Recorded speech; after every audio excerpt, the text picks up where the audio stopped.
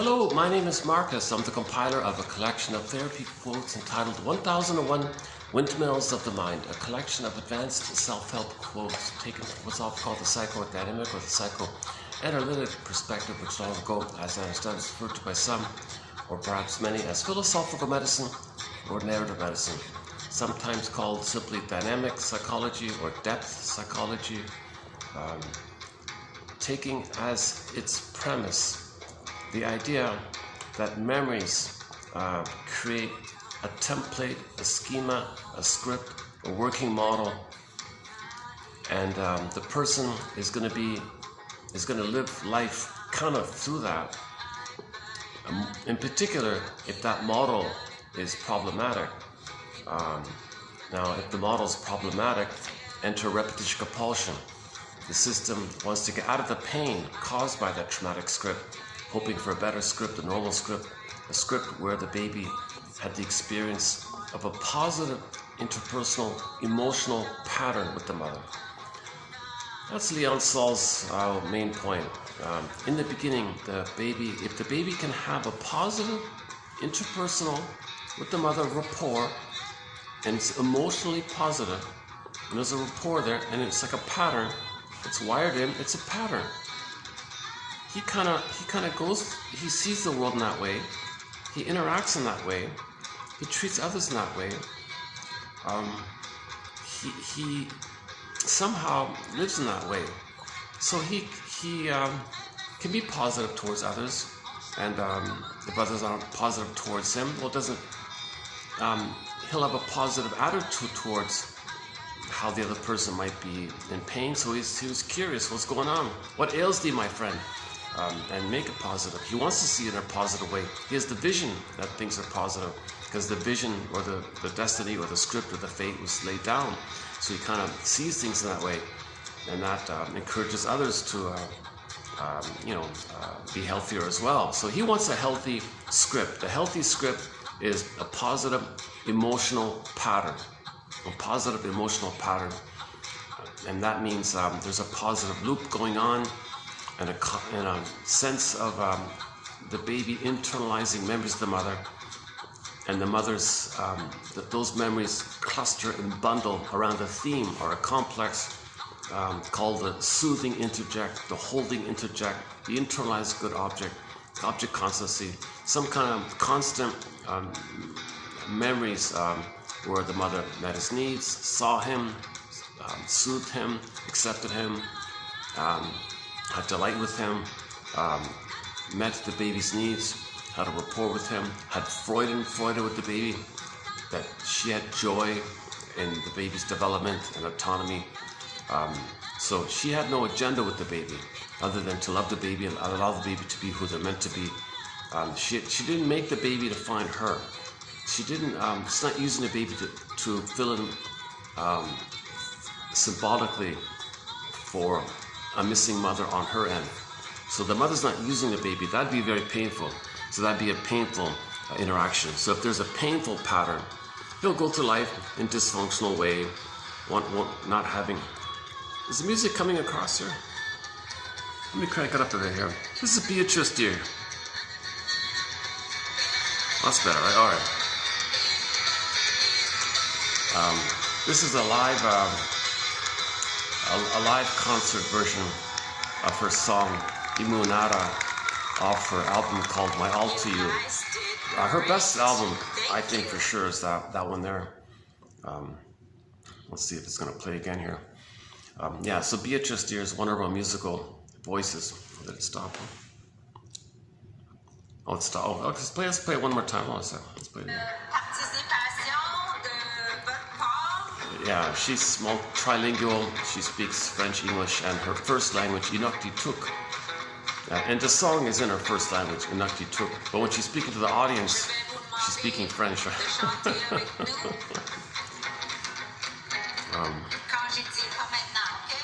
Okay? I have no idea what she's saying. Warming up the audience, trying to create a positive mood or something. Think about that. Think about if the musician on stage can have a kind of a warm interaction That might be, like, where did he learn that? Where did he have that skill? Where did he have that expectation? Where did he have that intuition? Well, it's wired in. He had a positive relationship with the mother. You know, some musicians go on stage, and man, oh man, they decide not to say anything, because if they do, everyone is creeped out a little bit. They might be good musicians, but they've learned not to say anything because they can't have a warm rapport with the audience. There's several, I can think of several people like that. But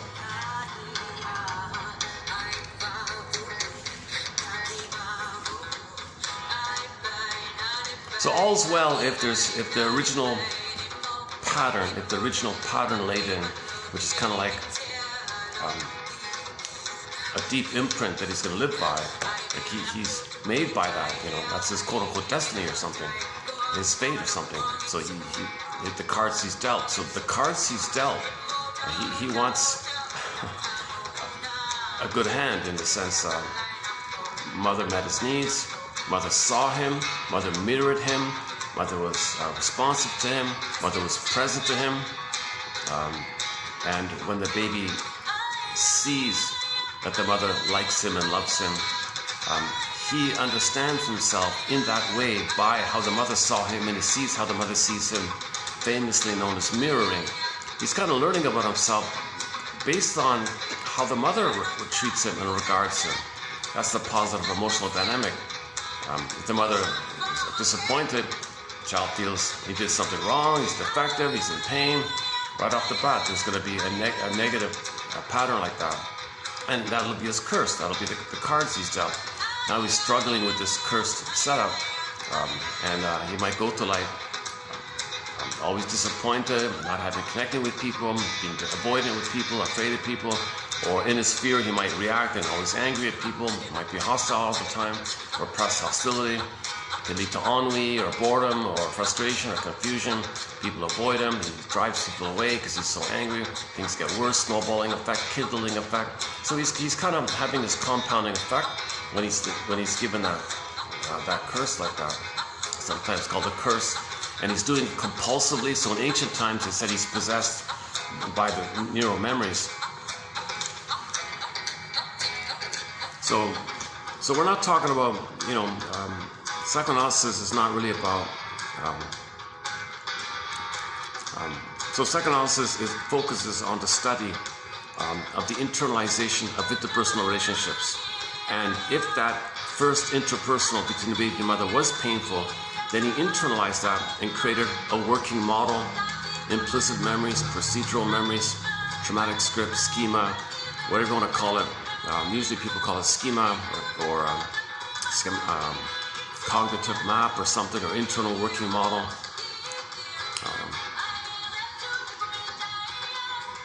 And it's compelling. It's deep in the survival brain. So think about that. Trauma that's recorded in the baby's survival brain, he's going to be driven by the survival issue. The baby thinks it's a question of survival. If the mother stunted his development, fixated his development, famously known as arrested development, developmental arrest, where the beingness of the person, the feeling self, the ontological self, the sense of self, the midnight blue, Lou Graham calls it, the yin, the shakti, called embodiment, the sense of self, the feminine element, the feminine principle. You feel at home with them. The golden ball is there. The blue jay of happiness, or the bluebird of happiness, comes from there. The serene, inexhaustible fullness of being. You have aliveness of affect, appropriate affect, needed affect, wide range of affect. So you got spontaneity and creativity and play and warmth. The natural temperament is warm and calm, and you're at home with them. You have your beingness, you have your feminine, you have your soul, called embodiment, symbolized like the princess. So the princess is within. The princess is within. Now with trauma, the princess is exiled. Right? She's locked in a tower like Rapunzel, or she's in a coma in a coffin like Snow White, or sometimes the princess really has to escape. So it morphs into a bird and flies away, like the Maiden King story. The Maiden King morphs into a swan and flies away. Okay, actually, Beatrice Deer does a 10,000-year-old Inuit tale about the princess morphing into a fox, and the fox ran away. And then, and we see, and she does a music video Actually, she has a music video that shows a little bit of the fairy tale, where the metaphor is the person doesn't welcome his feelings. He feels it's strange to him. What am I feeling? I don't want these feelings. He represses it. So the princess morphed into a fox and ran away.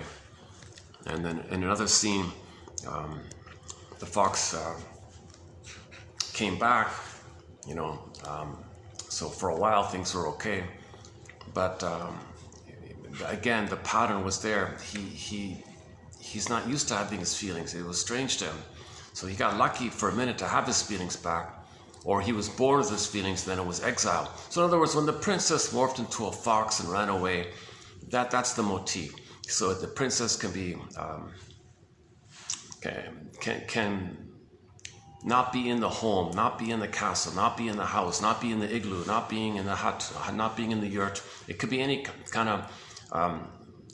So these things like the house and the castle and the yurt, these kind of things, that represents the body, the person's body, or the person, okay.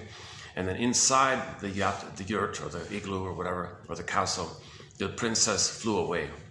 So now you can imagine in fairy tales in the kingdom and all that, they say, oh, there's poverty and the crops don't grow and again, no one's having children. And there's problems and when they say debt in the fairy tale, they mean guilt. Okay, there's a lot of guilt. That means pain, a lot of suffering. So the person is suffering. So in ancient times they would say debt. They mean guilt, because in German guilt and debt are the same word. Same word. So person feels suffering without a soul. So you identify the soul is missing, and then you engage in some kind of self-awareness, some kind of introspection, do some kind of audit, try to understand what happened, why did the soul fly away, kind of thing, and build your ego towards understanding. Then you feel safe, understanding, forgiveness, safety, recognition. Yeah, and that kind of general process. As you're doing that on the surface, in the unconscious, the princess is approaching back in, kind of thing. So you want to you want to be like, as you investigate consciously, in the unconscious, okay, you can see Dorothy trying to line up the Scarecrow, Tin Man, and Lion. So there's a metaphorical Dorothy within everybody. Okay, Dorothy is just a personification of the energy that's healing us, that's lining things up, that's correcting things. We're not meant to be in pain, but that's the confusion. Mothers are in pain themselves, so they don't know they're in pain, so they inflict pain on the baby because they're trying to remember that they were in pain. So when we don't remember something, we repeat and reenact. So if the mother was shamed herself when she was a child and then grows up and has a child herself, what does she do? What does she do? She wants to remember what had happened to her. So she inflicts onto her own child so that she can observe that she's imitating her mother, and she can now see in her reenactment that's what her mother did to her. What she's doing to her child, that's for her to know that's what her mother had done to her. So we repeat to try to remember. So she doesn't remember, that's why she repeats. Mr. Freud's most famous essay, memory, repeating, working through. If we don't remember, we reenact and repeat. So this point's been made numerous times in recent videos. Tell you the truth, I got a really late start here. It's almost 4 o'clock. This will be a shorter video. Luckily, today's batch of quotes, it's a lighter load. So we'll just be doing,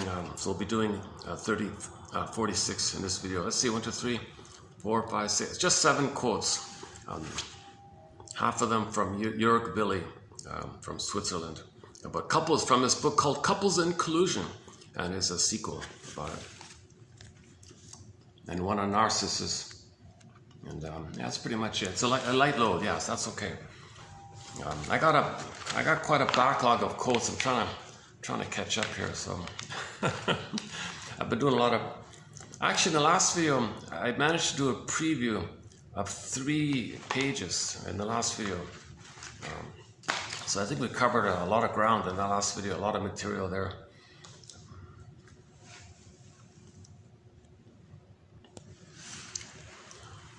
Okay, Another common image for attachment trauma, relational trauma, interpersonal trauma, developmental trauma, weaning trauma. Okay, one, I think, graphic image is in the Greek myth. Miss Kor's on the field, she's walking on the field, Earth opens up, she gets pulled down. Okay, so somehow the symbolism, as I understand it, means you look at the Earth and there's a huge crack in there. So they would say, that's not supposed to be there. There's a fault in the Earth. There's a problem, there's a fault, and the Earth's not supposed to have this huge. We're not talking about things in nature or something. Maybe there was some kind of fault somewhere. I don't know, maybe they would just think there's something wrong there, I don't know. So in ancient times saying, hey, there's some kind of fault here. And what happened to the Earth here? Why is this big crack here? What's going on here? Some kind of fault or something. So it's a geological metaphor. So somebody would take that idea as that image of that to say that maybe that's a picture, like an artwork, like a Picasso. You make like a Picasso painting to symbolize that maybe that can describe some feeling that in our development, in our human development, some kind of basic fault took place, some kind of core fault, some kind of mistake, like the crack in the Earth being a mistake. Well, something in our emotional development took place. So they would say the princess, the soul, is on the field, Earth opens up, she gets pulled down. Okay, so our aliveness of affect, our feeling self, our embodiment, our sense of self, and feminine, princess, embodiment, soul, all that kind of inner life area kind of got pulled away, called repression. Sometimes synonymously called denial. You can't admit your soul is there, so doesn't exist. So how do you make yourself think it doesn't exist? Well, you repress it, you push it down, deep down. So the Earth opens up, she gets pulled down like that. So that's the way of describing that we don't have access. We don't have access to our aliveness of affect, our embodiment called the soul like that. So now we have now back to the geological metaphor, you see this kind of crack like that. So nobody can stand there. Nobody can stand there. Oh, you can put a bridge around it, you can walk around it or jump over it or something, but you can't stand there because the hole like that. Okay, so back to the inner area. That means that's like a painting to describe that our princess within, our embodiment can't be in ourselves. She can't stand there because the crack image, she got pulled down, she can't be there. Now, the bridge version is that the brain senses endorphins called the swoon. Emily Dickinson calls it the swoon. Okay, there's a pain so utter, swallows substance up, that the person goes in the swoon, the mercy of the endorphins to numb you. So this swoon functions like a kind of a numbing effect over your psychic pain, emotional pain of losing your embodiment. And so now you're kind of that's the mercy where so you feel a little bit like in a trance, a little bit numb, a little bit drunk, a little bit in a stupor, going through the motions of life, sleepwalking through life, and something's flat inside. Another term for this is flat affect, and the image for the flat affect one is the pin goes on the collar, and under the collar, the emotional body goes flat affect, because the aliveness of the body, okay, that's the feminine and the princess and the soul that flew away. So now you don't feel real and alive, so it goes flat. So the jargon is flat affect. So the pin goes on the collar, under the collar, flat affect. In ancient times, almost 3,000 years ago, in the Greek language, it was called athymolexia. No feelings for your words. And nowadays, people call it alexithymia. No words for your feelings. Take your pick kind of thing. So another clear image in this area is in one version of the Snow White story, the princess is in a glass coffin and she's awake and she can see through the glass coffin, but she's not going to feel into the world, but she can see into the world. She can see the world. She recognizes what's going on, but she can't feel into it. So the metaphor means that the person is going to function in the world. They understand the world. They're not openly psychotic, but something's missing. They're not feeling.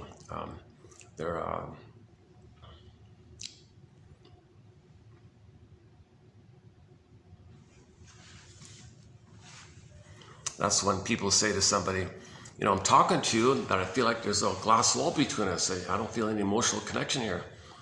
Nice talking to you, but there's really like a gap between us, a real wall between us here.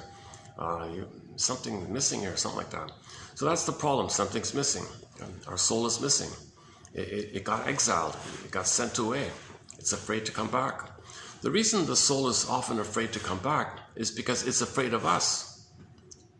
So the soul flew away because the mother didn't meet our needs. So panic, the soul flies away. But sometimes what happens is the baby makes a crossover deal with the mother and becomes her to preserve some identity, to have some attachment. He becomes the mother. He sells the soul. Now the soul won't come back. So it's as if the person says, hey soul, why don't you come back? And the soul says, no way man, you're the mother. I went away because mother hurt you and I flew away. And then you become her? So you're just like the mother. I can't come back. You're too dangerous. So the soul flies further and further away.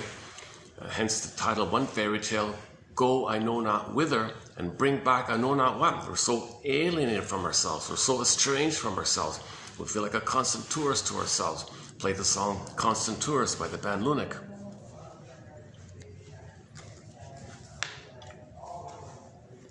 So this comes to our attention usually at midlife. So usually at midlife, somehow it comes to our attention in some way or another.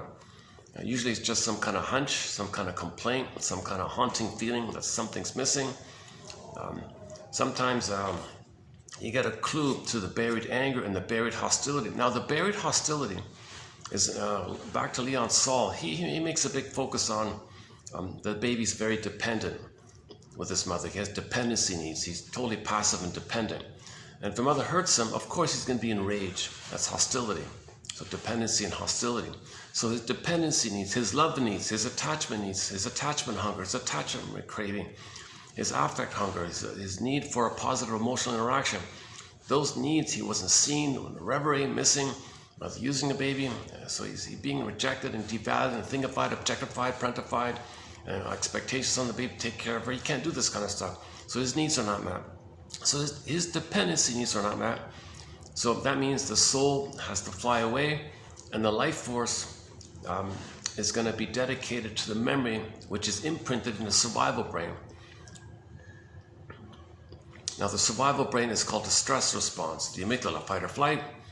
So now he's in constant chronic inner stress. There's a constant conflict, and with the inner conflict there's a constant stress. And the constant stress, okay, you have the automatic nervous system doing its thing, sending you cortisol, adrenaline. So there's a kind of a constant stress. This comes to us in the form of symptoms, psychosomatic symptoms, or some people sweat too easily, or some people stutter when they speak, or some people have a lot of body armor maybe, or heart palpitations, or the heart math is whacked, the breathing is whacked. So it comes, poor blood circulation, cold hands, cold feet. The language of the stress comes to us bodily through visceral sensations. Actually, yesterday there was a preview quote about the arthritis guy. So one guy had arthritis, and the shrink said, "You're kind of very placid and very calm on the surface," but his hands were shaking all the time. He thought his interpretation was all that repressed hostility came through the body, and his arthritis was the anger coming through the body, and he was shaking like that. He's shaking because he's trying to express his anger, but he can't. Anger, he can't. So he's shaking like that. He's kind of hold it all the time. So he had that his whole life, and he managed to bury it, and then it's coming throughout on the body like that. So most psychosomatic symptoms are considered psychosomatic, meaning the rage at your mother rebounded back in on yourself. And that's too much stress like that. And all that stress in the organs can cause problems like that. So the quick image for this phenomenon is the Howling Man episode, season 2, episode 5 of the Twilight Zone show. Rod Serling, the original one, called The Howling Man. And you had to, back to the castle, you had the castle. So the person, okay, the baby's anger couldn't reach the mother. She gaslit the baby. Where's the, oh, sorry. So these people. I'm just in front of a kind of a driveway here. Sometimes I get a little surprised by what walks in front of me, kind of thing. Oh, they passed by. Now, yeah, not much of a view here. Yeah, I just got just a few trees. Oh, there's a bird there.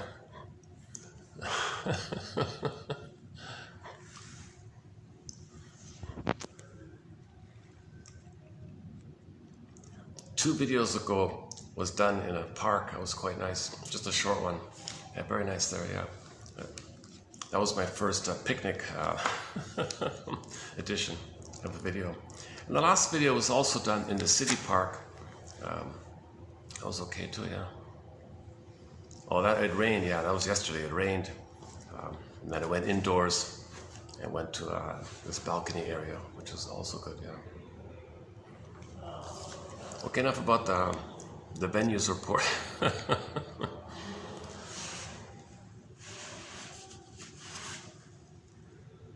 So we were talking about the chasm scene, right?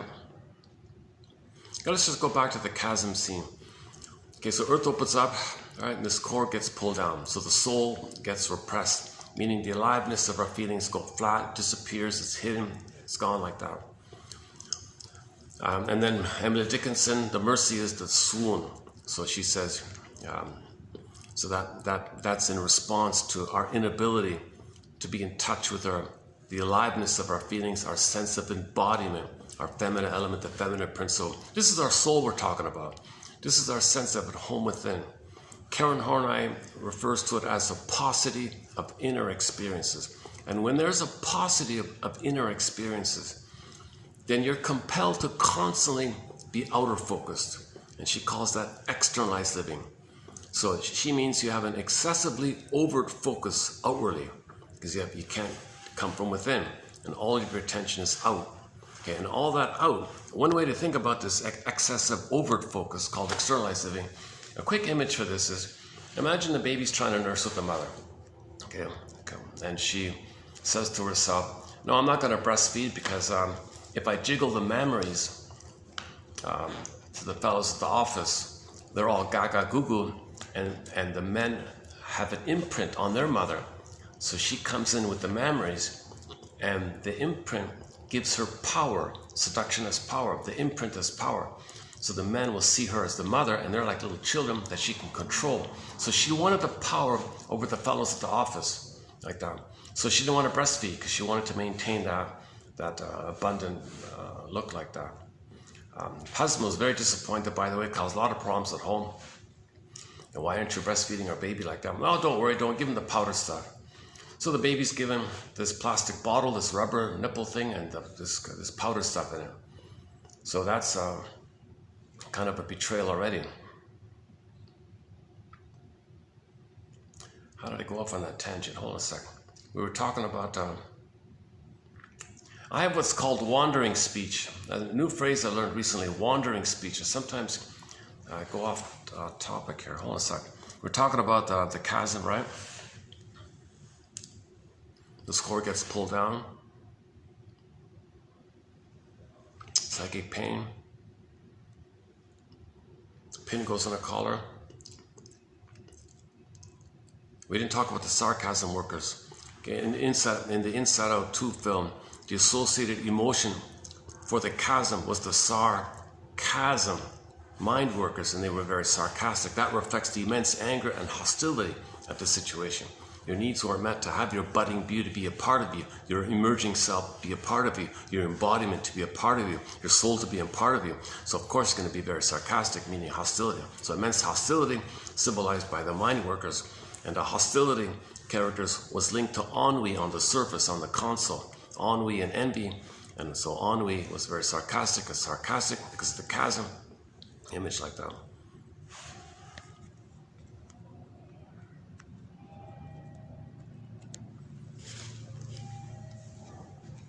The baby was betrayed, right? How did I go off on that tangent about the memories one? What point was I? What point was I making before I went off on that point? Oh my goodness, means I'm a little tired today, right? Hang on. I want to save that thread here also. Let's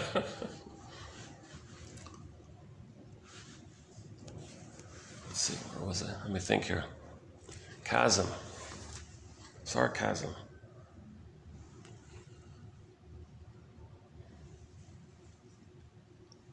Swoon.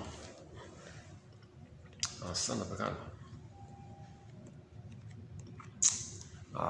When I play this back, I'll go, oh my God, that's what it was.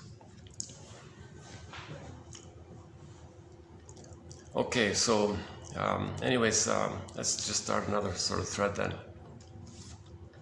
So let's start off, let's just pick up on the point of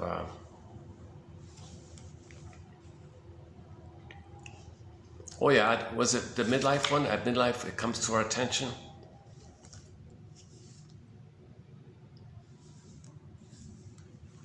So at midlife, it might come to our attention that something's missing, right? Our sense of at home within or embodiment. Oh, sorry. Okay, back to Karen. Yeah, okay, the overt focus. There it is. I found it. Okay, the overt focus. So the way to think about the overt focus point is that when the baby's nursing, okay, at the beginning, okay, and there's a problem there, the rubber nipple. There's no nerve line between the baby and the mother. The nerves in the baby's mouth, called the mucosa nerves, are supposed to kind of line up, sink in, train track, attunement, sink in with the nerves in the nipple to the breast of the mother. And there's like a cable there. That's missing. So there's a block there. Baby communicates, there's a block there. The rubber nipple has no human nerves to the mother. There's a block there. It's just plastic, it's just oil or whatever it is. No, rubber, sorry, whatever. Synthetic rubber or whatever it's made of.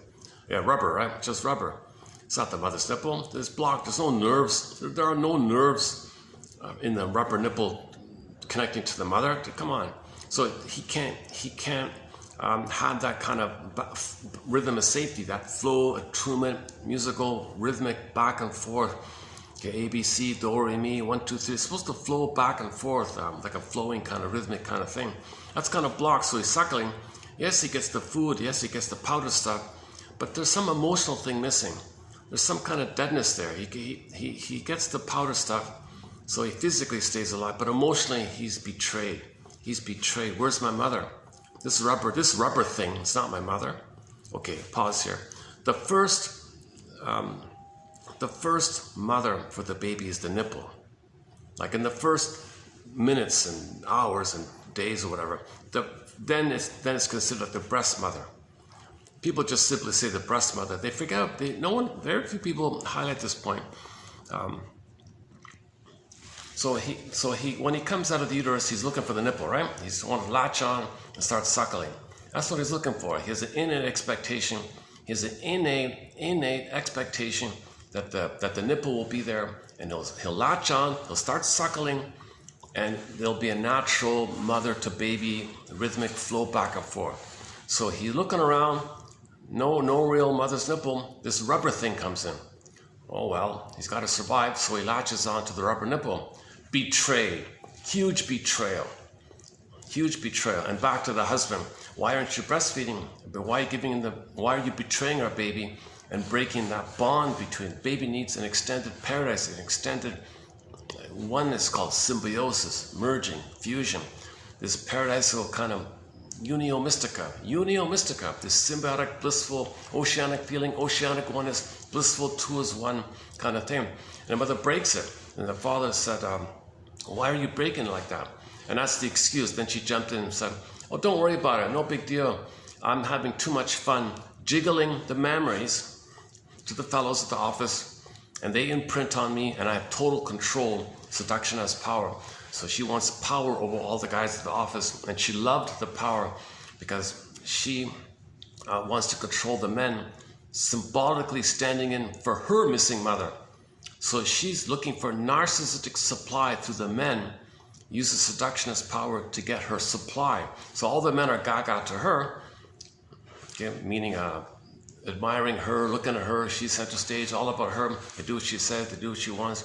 Because she never got it herself with her mother, so she's trying to get her mother needs through the fellows at the office. So yeah, it's kind of sad. Meanwhile, the kid is being deprived like this. And I remember that quote from 4 years ago. The father said, he traced it back. He said that something died in him at that moment. And he said to the shrink in the transcript, something died in me, and he had the thought that he had no idea that his wife would be such a cruel, cold mother to do this. He had no idea the mother was so callous and cold and indifferent towards the baby and didn't want to meet the baby's needs and just ignored the baby, treat the baby like just... He was very sad about it. He said, And he said that was the point that began the thread to the end of their marriage, because he hated her after that, and what's he going to do? He can't fill in for that, right? The father can't do what the mother should have done. So he felt helpless. He felt angry. He tried to persuade her to feed. She said, no, I want to go to the office and jiggle the memories. I got all the power. And what about the baby here? You're going to sacrifice our baby's soul, his development? You're going to betray our own baby for some petty politics at the office? Seriously? No, I'm having too much fun. Don't worry. I read the magazine written by the company. It said the powder stuff, it's fine. Don't worry. Don't you have your maternal instinct? Don't you have your motherly instinct? What's that? I don't know what you're talking about. Okay, so this mother missed the positive experience with her mother, and she was still trying to get it through the fellows at the office, and she discovered that jiggling the memories would be an attempt to have the guys pay attention to her, so she center stage, and she can make the guys do what she wants, because when she was a baby, she couldn't make her breast mother do what she needed back then. So she controls the guys because she couldn't control her mother back then, because maybe she herself likewise received the powdered stuff and couldn't have a rapport and a positive dynamic like that. So this is repetition compulsion, intergenerational trauma like that. She doesn't remember that she was betrayed, so she betrays her own baby like that. So what that guy should have said maybe was, I think you're betraying our baby because you're trying to remember that you were betrayed. Really? Think about it. Call your mother. What was the bottle used? Did you have a positive interaction? Find out about the feeding when you were born. Okay, good point. Let me do some research here. Oh my God, you're right. I was betrayed. I feel awful. Baby, no. Okay, guys at the office, I don't care. I'm going to feed my baby. So she'll do the normal thing. Once she gets some feelings about what happened to her, okay, she'll have ethics, morality, virtue, and the motherly instinct will come back to her, and she'll be a mother to her baby. So she can get back her feelings, and if she can claim up some feelings by getting the story of what happened to her. So she calls the mother, come on, tell me the truth, piece it together. She's got to be a detective. She's going to make a little effort like that. Mother won't be angry. Oh, Sierra, you're not telling me the truth, right? So she got to fish around. She got to be a detective, and maybe at some point it comes to her the realization that she was betrayed by the mother. I was betrayed by you. Oh my God! And if she can feel any kind of emotion related to that, okay, then she won't betray her baby. When you have feelings, you're ethical. So maybe that's what he should have done. I'm updating that. That's what he should have done. He should have said to her, you're betraying our baby. Is it possible you think that you're doing it because you were betrayed by your mother? Holy, you know what? So my...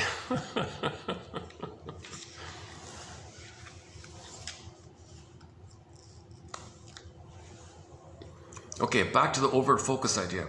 So yeah, one simple shortcut for this idea of externalized living, outer focus, that's your blaming and scapegoating and always other people's fault, and I'm entitled, they should be me. It's always outer focus. You feel entitled, you can't look within, you're entitled to get mother's love. So the prototype is the trauma took place between the baby and the nipple and the breast. Okay. The baby was in total outer focus mode. Like he's totally dependent on the breast. You're my first, you're my last. Play the song, You're My First, You're My Last, You're My Everything by Barry White, another copyrighted song. 90% of the songs I want to play are copyrighted. That's Barry White's in that group as well. So I can't play that song. Okay, so the baby's very outer focused. Mother, is the connection there? Am I one with you? So I'm expecting to go through developmental process where I can be one with you, and then I can have my budding beauty be a part of me. Then I can have a richness of inner experience, and I can have my authentic self, my autonomy, my real self, my true self, my actually today, what do you call it? There's another one coming up. A new awaited self. Yeah, awaited self. Okay, one person calls it the awaited self. So the baby's born with an awaited cell or an emerging cell. And after some time, roughly, around the age of 5 or 6, the child might have some sense of having arrived within, having a home within, having a soul castle within, having his feelings within, his princess within. So it's just kind of waiting like that. So he's outer focus, dependent, totally dependent on the mother, totally 100% dependent on the mother. He wouldn't make it on his own. He can't, there's no inner resources to make it on his own. So he's very outer focus because it's survival for the baby. Baby's got to have that kind of rapport with the mother, so he's totally dependent on the mother. So maybe it's synonymous to say that the baby's dependent on the mother, helpless without her, powerless without her, dependent on her. It's all outer focus. So if there's a trauma in the breastfeeding, flash frozen, fixation, that's an imprint. Now you transfer that all the time. He's outer focus, outer focus. The world is the breast, and he's outer focus. What's going to happen? You're going to hurt me again? I got to watch, hypervigilant, hyperarousal, hyper alert kind of thing. So he'll live through life in the outer focus. So he'll think it's dangerous. He thinks the jungle, he'll have jungle slogans, and they agree, and everyone's out for themselves and dangerous. So he'll always have jungle slogans in his mind. Because for the baby, when the mother hurts him, he thinks he could be a goner, so he's outer focused. He's hypervigilant like that. He had a basic trust. When mother hurt him, he's hyper alert like that. And he can spend his whole life hyper alert like that. So some babies are born with PTSD. And this can happen right at birth, even with the birth trauma.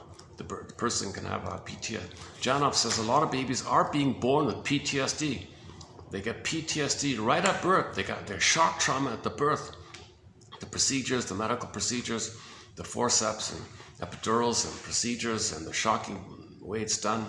And to really finish, to really complete the trauma, the annoying thing is I think the immoral, illegal, I think should be illegal. People say it's immoral.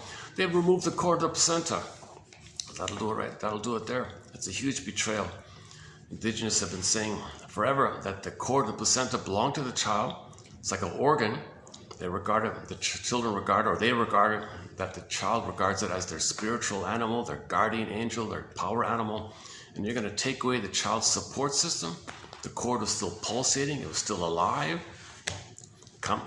See, nature says leave it alone for a couple of days. It'll drop off on its own accord. If you remove it prematurely, huge problems, huge betrayal. He'll freeze up inside. And he may go through life with the phantom placenta feeling. That the dynamic that takes place between the baby and the placenta, it's like frozen. And when something's frozen, you're always like trancing that throughout life. So this, so just quickly, the center vein sends down the food, okay, and the other two veins send up the baby's waste elimination to the placenta.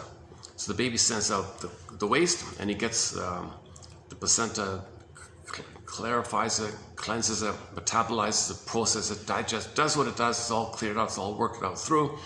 And through the center vein, okay, everything the baby needs, okay, nutrients and oxygen and food and so on. So all the good gets sent down, and the waste goes up the other two veins. You've got three veins, the center one, the two on the side that swirl around. Just look at the symbol for the medical profession.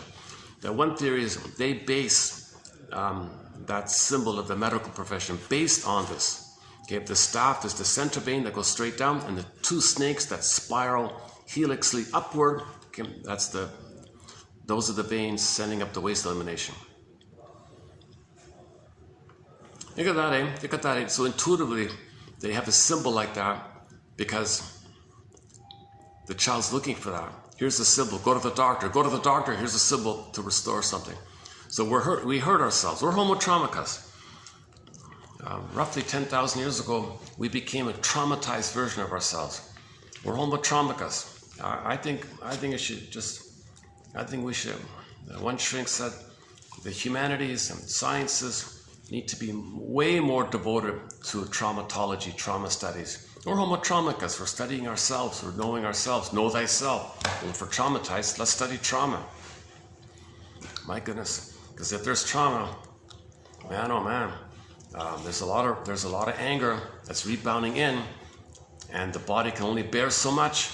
So the person's constantly needing to blow off steam. So they got to find some excuse to think that somebody on the outside anybody, they got to trick themselves somehow that somebody on the outside is their mother. So they look for an other, think they're the mother. Aha, you're my mother. I'm angry at you. I'm going to get it out, get my anger at you. And there's many ways this dynamic can take place. Back to the Howling Man, Twilight Zone's Howling Man image. Okay, the anger couldn't reach the mother, so it rebounded in. The baby wanted to L-I-V-E, blocked. Baby was angry, L-I-V-E, communication, the needs are not met. So the round one, mother, I need your love. She said no. Okay, goes to the anger side. Mother, I'm angry that you didn't meet my needs. I'm communicating that you didn't meet my needs. Round two, could you please change your way? She said no. Where's the anger go? It rebounds in. Now the L-I-V-E, okay, rebounding in, it's stressful, it's toxic, it's harmful, hence it's destructive, hence the letters reverse E-V-I-L. So you personify an image like a spokesman, like a Picasso, do a Picasso, the guy with the horns. So the guy with the horns is a Picasso image, it's not real, it's a Picasso image to describe this inner invisible dynamic of your own anger rebounding in. Okay, so in the Howling Man episode, that's the Howling Man, the guy with the horns. He was in the cell in the castle. Okay, so that our anger is in the organ somewhere. And like the monk said, it's going to go out to the side. It's going to escape. He always escapes.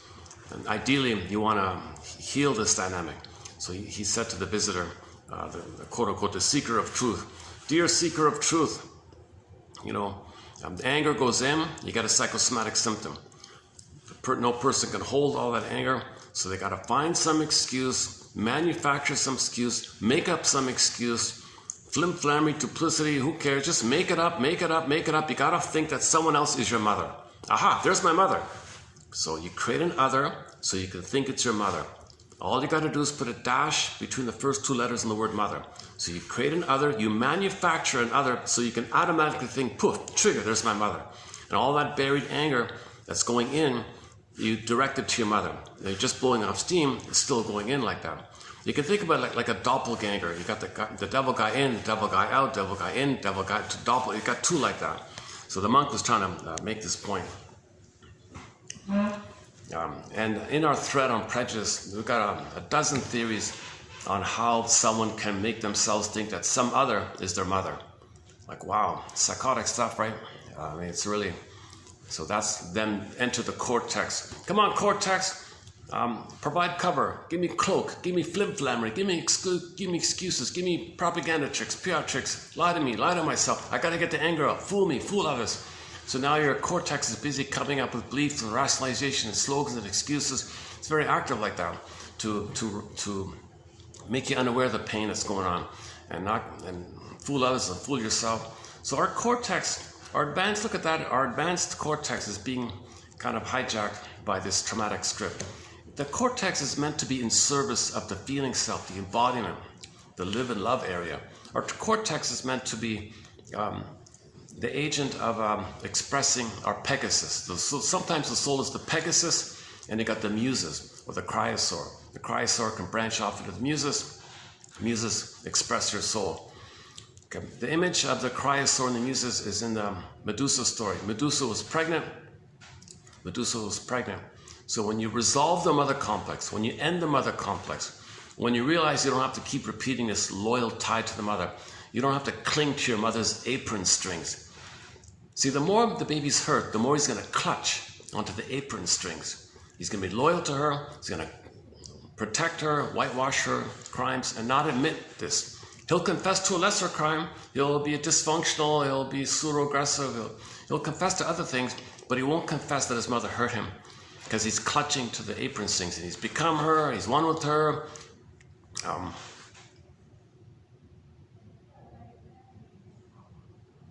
Man, oh man, my concentration today is not the best today. Yesterday I was okay. Yesterday I thought I stayed on the threads. I did it again just now. Wandering speech. My goodness. Okay, anyways, let's backtrack a bit. So season 2, episode 5, Howling Man. You got the castle. Okay. That's like the person, person with the body, okay?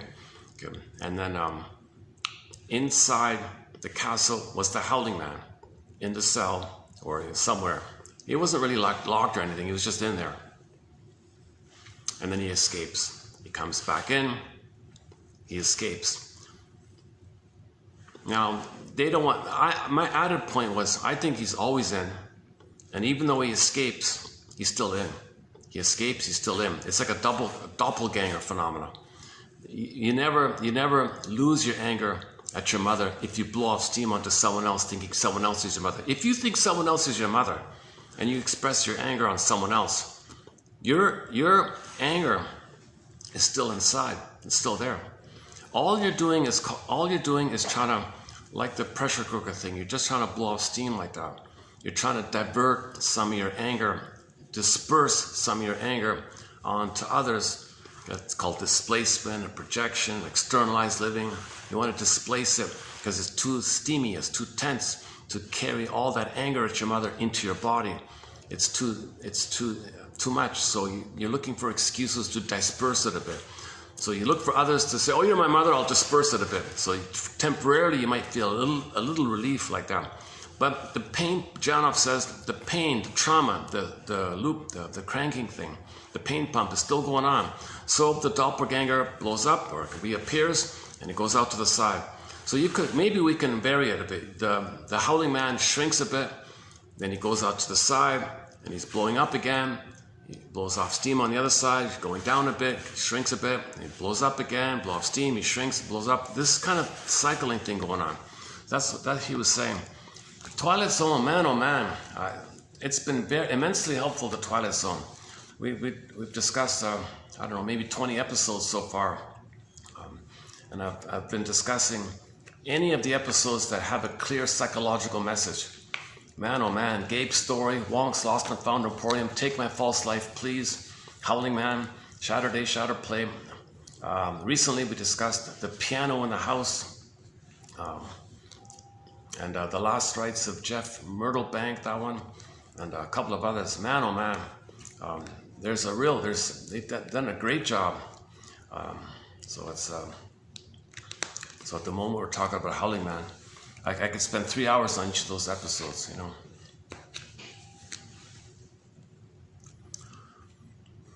This whole channel could be just discussing the Twilight Zone episodes. There's so much in there.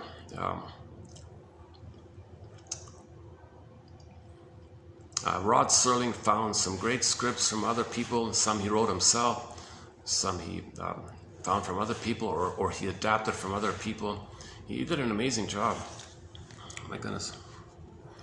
And soon we'll be adding some more episodes from a show called One Step Beyond and a sequel called Next Step Beyond, also psychologically minded. More so in the area of symbiosis and grief and symbiosis and merging and that kind of like telepathy, mind reading, that kind of area. Twilight Zone is way more practical. It's way more metaphorical about the script, like that.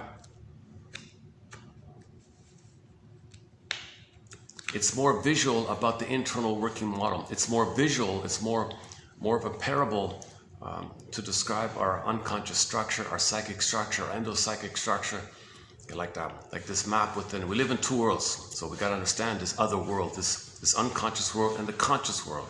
And this unconscious world is powerful stuff in there, right? It's got a lot of pain with the mother, it's unresolved issue, unfinished business. You're tied there and you want to get out of it, so you repeat, so you recreate, but the present isn't the past, so you do it again. The present isn't the past, trauma's still there. When there's trauma, you repeat, so you reenact, but you can only reenact symbolically, and the symbol's not real. So the trauma is still there, so you repeat it again, and this is the dysfunction. Dysfunction is repeating the same script over and over again. The famous Santayana quote, doing the same thing over and over again. We're going to keep on doing the same thing over and over again until we make the inference and regard our repetitions as a communication from our unconscious self to our conscious self. The unconscious self is sometimes called the one who walks with me, who's not like me, who is me. Someone's living my life, I know nothing about him. The secret self, the shadow self, the double self, the shadow soul. The stranger within, if you want to call it. everything about you that you don't know, can make a character to reflect that. That's your double self. And this double self or unconscious self or second self is talking to us. Now, this unconscious self communicates by functioning like a puppet master, getting us to reenact the thing. Okay, so the trauma is recorded in a part of the brain called the non-reporting brain. Okay, this non-reporting brain can't report to our consciousness this trauma, hence the name non-reporting. It can't report it to us. So the data in the non-reporting brain gets sent into the inferring mind, to the unconscious self, the second self. Hey, second self, here's the data. Get the guy to be conscious of it, will you? So the unconscious self says, hey, come on, conscious self, I've got some data here. I've got a message here from the non-reporting brain. He knows what's going on here. He knows, the non-reporting brain knows it, but there's no language here. He gave it to me to get you. He wants me to reenact it. So you got to observe the reenactment and build your consciousness around it. Develop some kind of observing ego, some kind of reflective function, to be psychologically minded. Develop some kind of awareness like that. So this is called mental, put it in your mind, called mentalize, like make it in your mind. People call it like to reflect on yourself, observe on yourself, reflect on yourself, make it conscious, make the unconscious conscious, like that.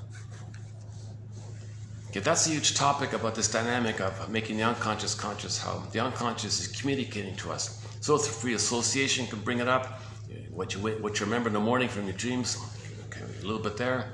Your Freudian slips can be like that. Some of your jokes are like that. Your earliest memories are like that.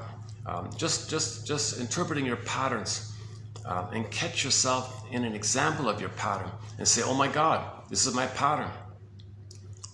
So we have a pattern. We learned it back in the past, and to catch yourself in a here and now live example of it. So in your interactions, it'll be a sample. You'll get a sample of it. So that shows you the cake kind of thing. So identify the sample as coming from the cake kind of thing. And then you're getting somewhere. Hold on a second. I realized something with the music. If I put the phones flat on the table, it doesn't come through too well. If I'm going to take a short musical break here, I have to prop it up with something. So maybe I can find something here. Let's take a short little musical break and we'll continue. Hold on a second. Is that going to work? Okay, let's try that. Okay, let's try another song here. Should we choose Doucette? Jerry Doucette, Nobody, Jefferson Starship, the Cashton Band, More Beatrice Dear, oh, RTZ, Rick Sanchez, Another Lonely Night. Oh, we mentioned the song Constant Tourist by the band Lunik. So why don't we play this one here? Okay, so here's a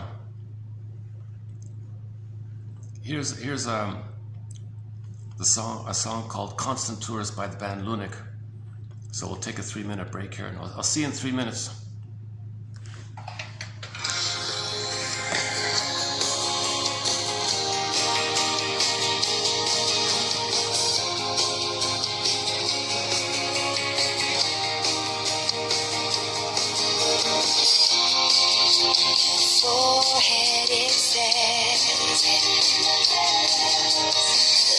Don't touch, taste, but don't swallow.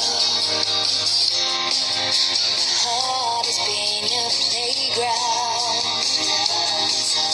You never asked, you never apologized.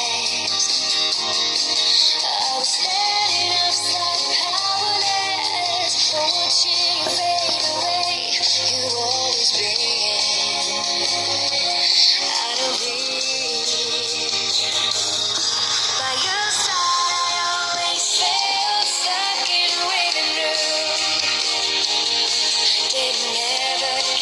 A train of another land. I was running without leaving. I have been in your world. You're my deepest cut. The wound doesn't bleed anymore. Now the scar hurts. Oh, I was standing outside powerless, watching you fade away. You've always been out of reach. By your side, I always felt stuck in a waiting room. Didn't ever catch the train to Loverland. I was running without leaving. A constant tourist, I have been in your world. They wonder what it was that made me stay so long. Oh, well, I really just got here. Always put you first. Well, you did too. A constant tourist, I have been in your world. On your side, I always felt stuck in a waiting room. They'd never catch the train to Loverland. I was running without leaving. A constant tourist, I have been in your world. By your side, I always felt stuck in a waiting room. Did never catch the train to Loverland. I was running without leaving. A constant tourist, I have been in your world. A constant tourist, I have been. It's really quite explainable. She felt like a constant tourist with her mother. The train to Loverland was missing, called attrainment. So that's the imprint.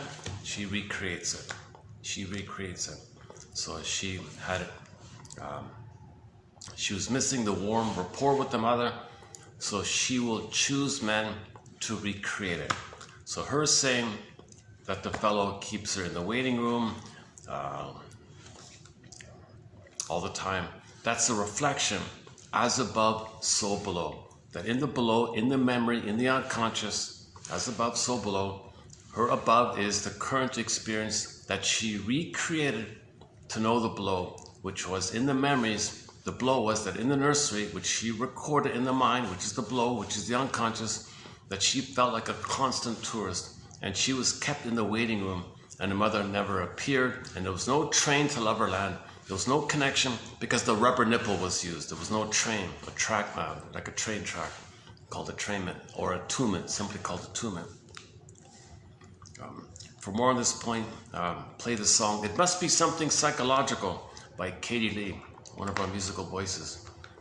We recently played her song called "Repressed Hostility Blues" 2 videos ago. The one in the park, yeah. Well, you can look it up. Katie Lee, "Repressed Hostility Blues." That's quite a song, actually, because she's imitating the voice of the bully or somebody with narcissism, and people with the bully pattern or narcissistic pattern or stinger personality pattern filled with hostility.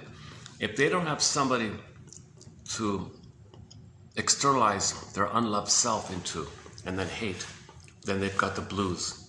She said, "I'm looking for a chump to dump my repressed hostility blues." So she's in pain because normally in life, her homeostasis is she can't admit that she feels unlovable and unworthy by the mother. So she says someone else is that. She's the aggressor, identified with the aggressor, Faustian deal.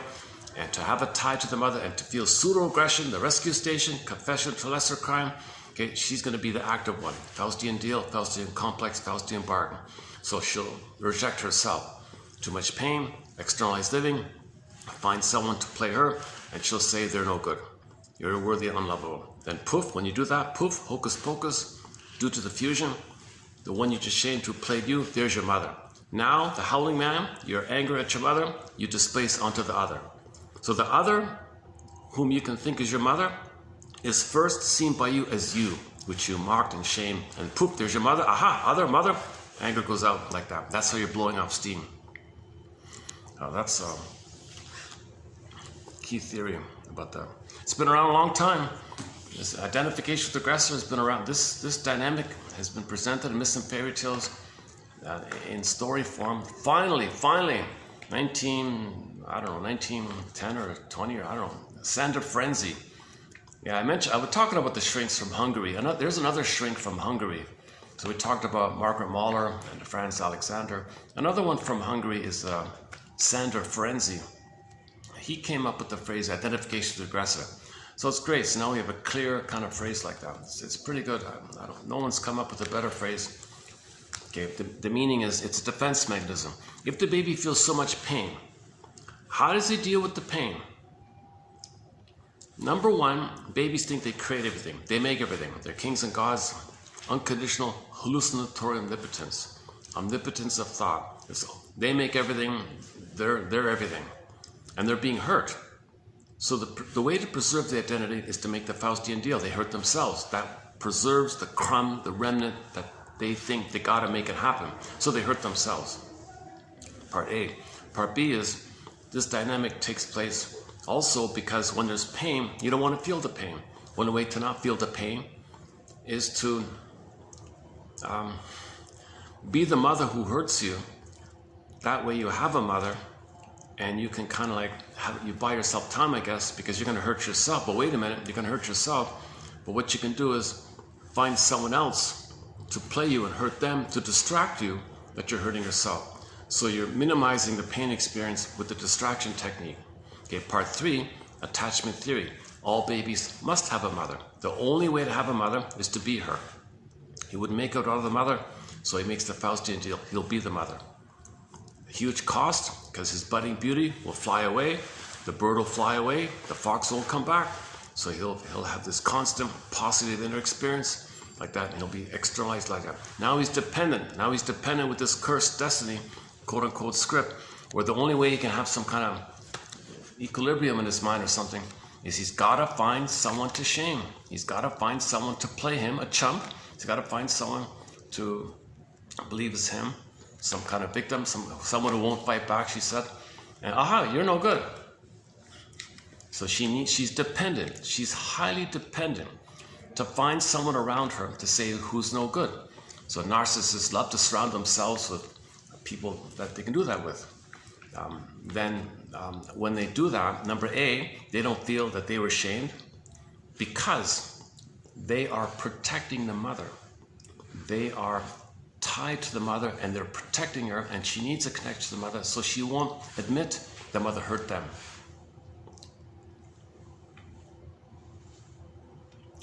Okay, so they become the mother, they shame themselves, find someone around them to say who's no good. That protects the mother. This dysfunctional behavior protects the mother. You don't admit your mother did this to you. So you can't know this. That's the quote-unquote major crime discussed yesterday. So you confess to the rescue station where you identify with the aggressor, and that makes you unaware that your mother hurt you. So when you shame others, you're protecting the mother and not knowing that your mother hurt you. When someone hurts others, what they're doing is they're protecting the mother. Okay? They're protecting the mother in the sense that they don't want it be known to themselves that mother hurt them. That's how they're protecting the mother. So they're covering up for the mother. No one, whoops. So, oh, he's just waiting for something. Oh, I got a bit of traffic jam in front of me here. Okay. It's a narrow road, yeah. I don't come to this venue too often. I was just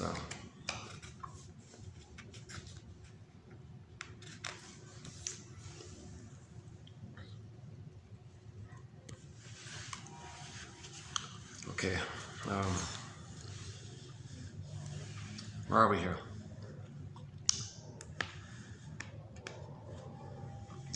Okay, let me think. Where are we here? I'm doing it again. I'm kind of forgetting where I was.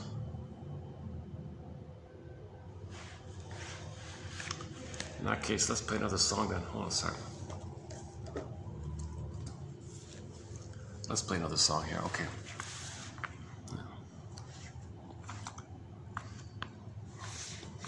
Lay It on the Line. A cover by Alyona Yaroshina.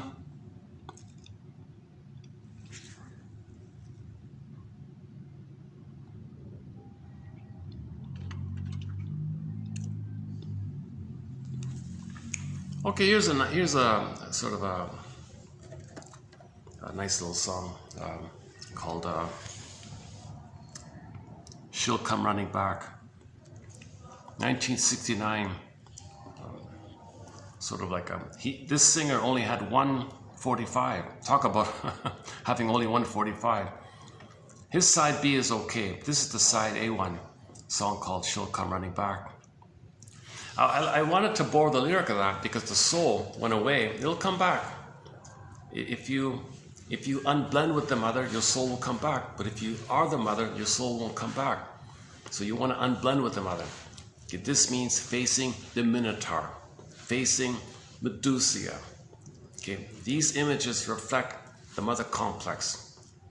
That you blended an image of your rage with the mother, put it in a shaker, a mixed shaker, poof, you get these scary images.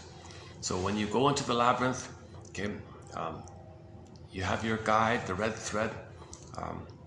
You got to go through some kind of mini labyrinths before there, and each mini labyrinth can take a while. Okay, the someday complex, the someday labyrinth, the guilt, the unconscious guilt complex, a labyrinth, the money complex, one labyrinth, and then you got to resolve oppositional thinking. You find both and thinking. You got to discern. You got to have the practice of discernment, knowing that something symbolic of mother is not mother. Can you discern the difference between that when your needs are not met, you search for symbols of it? Can you discern between the symbol and the real thing? Can you discern between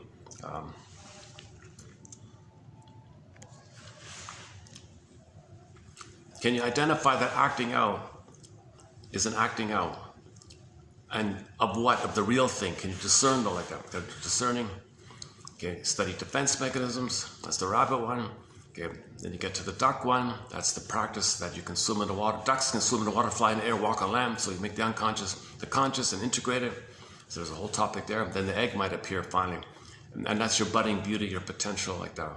So you got to free associate. Disney film, they ride the broccoli boat. Say what comes to mind, say what comes to mind.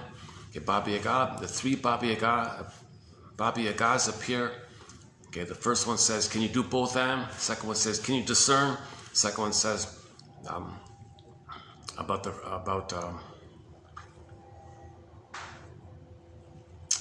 making sure you have the practice of the duck work. Swim in the water, bring it to air, integrate.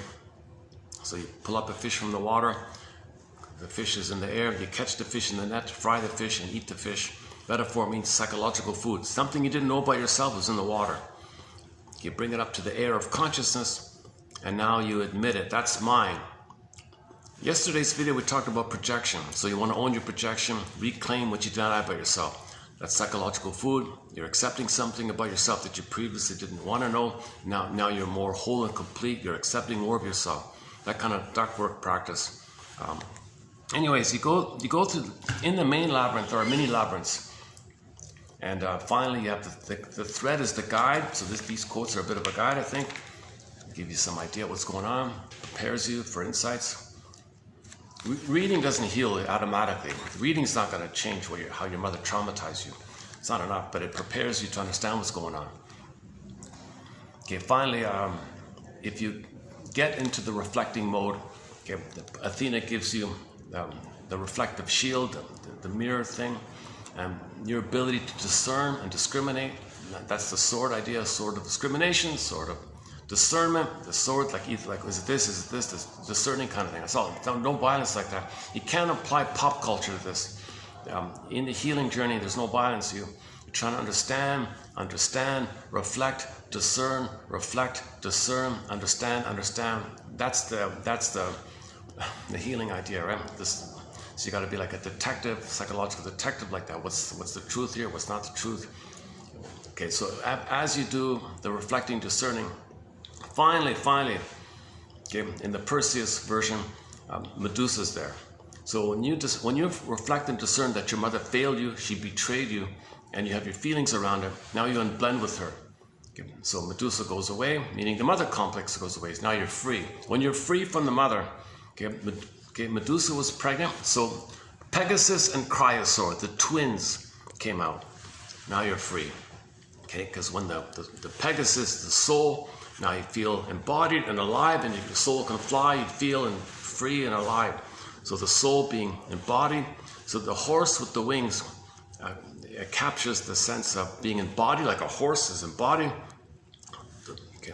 And your soul is kind of free to live, so the horse can fly, like that. So there's the soul part, you're healed. Okay, now in life, we're meant to put our soul into some kind of form in the way we live, or in the arts, or in how we interact with people or something. So that's like the active side of it all.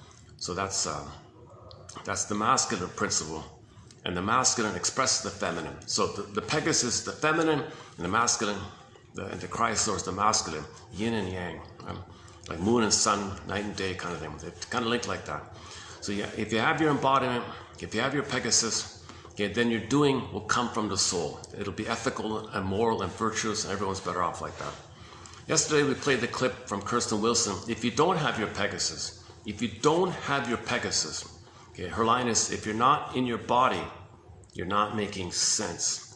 Literally, so your doing is whacked. Woodman's line is, the wounded feminine leads to the distorted masculine. So Pegasus, so you face the mother complex, the twins are born, the soul is free, and now you put it in some kind of form, and the form can be like the muse, the 12 muses. Each of the muses rides the Pegasus. So that's just the idea that they're doing something to express your soul, poetry and language and plays and arts, and just art, even you're building and designing things, and inventing things, something that helps others, something that makes life better for everyone, things like that.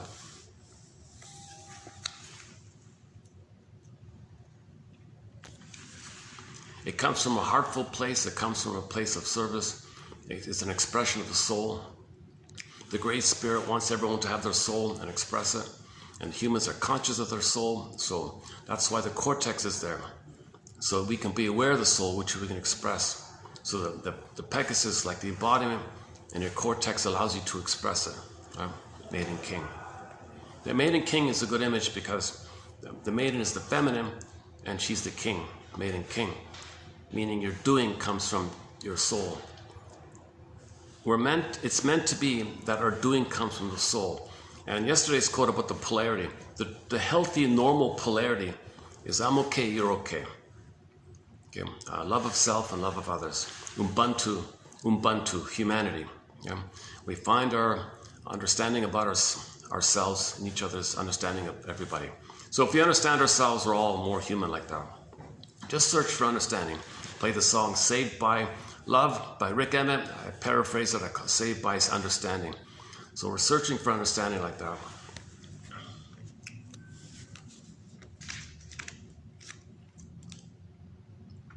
Yesterday we quoted that one about the guy from Sophocles,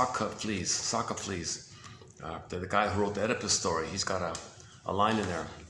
Oh, I still don't have it out. It's coming up. It's in the pipeline. It'll be in 63, I think. Go to TQ 3063. There's a quote there from Sophocles. I have a hard time pronouncing that for some reason. Sophocles. So the ancient Greek playwright, 500 BC or whatever, wrote over 100 plays. A few of them survived. One of them was the Oedipus story.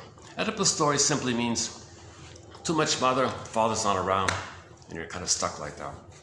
So the imagery, there's no father and you're married to mom. That's all it means. It means there's too much mother and the father's not around.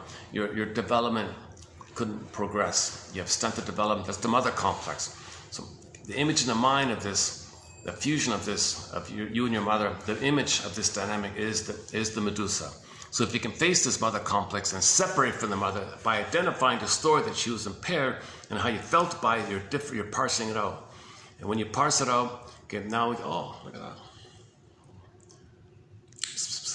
There's a cat. Oh, he's on the other side. I couldn't get him.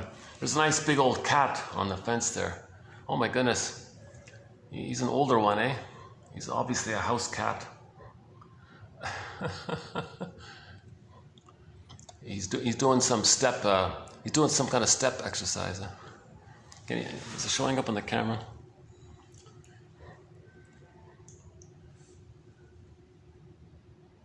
It might not be. Maybe you can't see it. Oh, he's behind the benches now. Behind the hedges, I mean.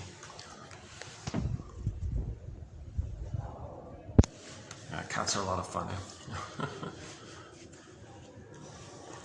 Marie-Louise von Franz thinks in some fairy tales the cat is like the princess, a symbol of the soul, the cat, the feminine. So this idea of the embodiment can also be symbolized in many ways. In some versions, in some folklore, in some folk tales, the princess can morph into a cat. Maybe that's what she means. Just as the princess can morph into a fox or a bird, why not a cat? Or any animal, really. It doesn't, Yeah, maybe that's what she meant, yeah. Yeah, okay, let's take another short musical break here. Let's see. Oh yeah, okay. So she'll come running back. So the soul will come back. The soul. So on the surface, he's simply saying he's upset because the girl left him, and somebody said to him, "Don't worry, she'll come back. She'll come back." So have a vision. So we're all meant to have a vision that there is an innate drive for healing. It's embedded in nature. It's embedded in our physiology and biochemistry and nature, natural forces. It's embedded that if there's a wound, that there's a force trying to heal it. So we're trying to heal. We're always trying to heal. And back to Sophocles, his line was, "I don't join you. I join you not to hate. I join you to love." How did it go again? I am with you not to hate. I am with you to love. Okay, I forgot the exact wording of it. Something to the effect that he wants to support the innate drive for healing. He wants to support, back to the indigenous tale, which the wolf you feed, which we have two wolves inside, right? Two sides, one that's regressed and repeating, and the other one's trying to heal. Well, we all are meant to support the healing side, put our weight on the healing side, and focus on the innate drive for healing kind of thing. So this is the constant dynamic that's going on. And when we're healed, the true polarity, I'm okay, you're okay.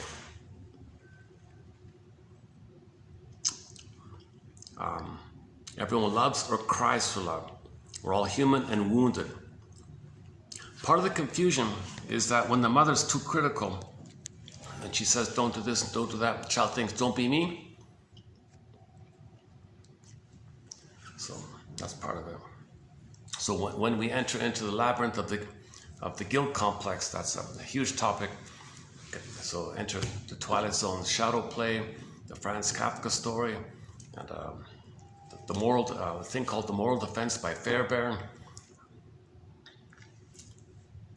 Man, oh man. And the idea that the baby's trying to save his mother, but he can't save his mother. And the idea that he's in pain, he thinks he's being punished. The idea that if the mother doesn't treat him like a human being, thinks it's defective, that he did something wrong, that's called shame and guilt. And the reality is, he's not guilty. He's not guilty. No baby's born guilty. He learned it. He learned it. It's man-made. He learned it. He wasn't born like that. Born to be loved, have this budding beauty, his emerging self, and be an ethical, moral, virtuous, loving person. That's our normal state. If he's hurt, then he thinks in those kind of disturbed ways. I'm no good, and he's angry, and all this stuff. Jesus Christ. I don't think it's really gotten out there yet that we're Homo traumicus. We're not strictly Homo sapiens. We're Homo sapien traumicus. Maybe we can say, if we started off as quote unquote Homo sapien sapien, maybe we can say we're Homo sapien traumicus. No, I think it's better simply to say Homo sapien.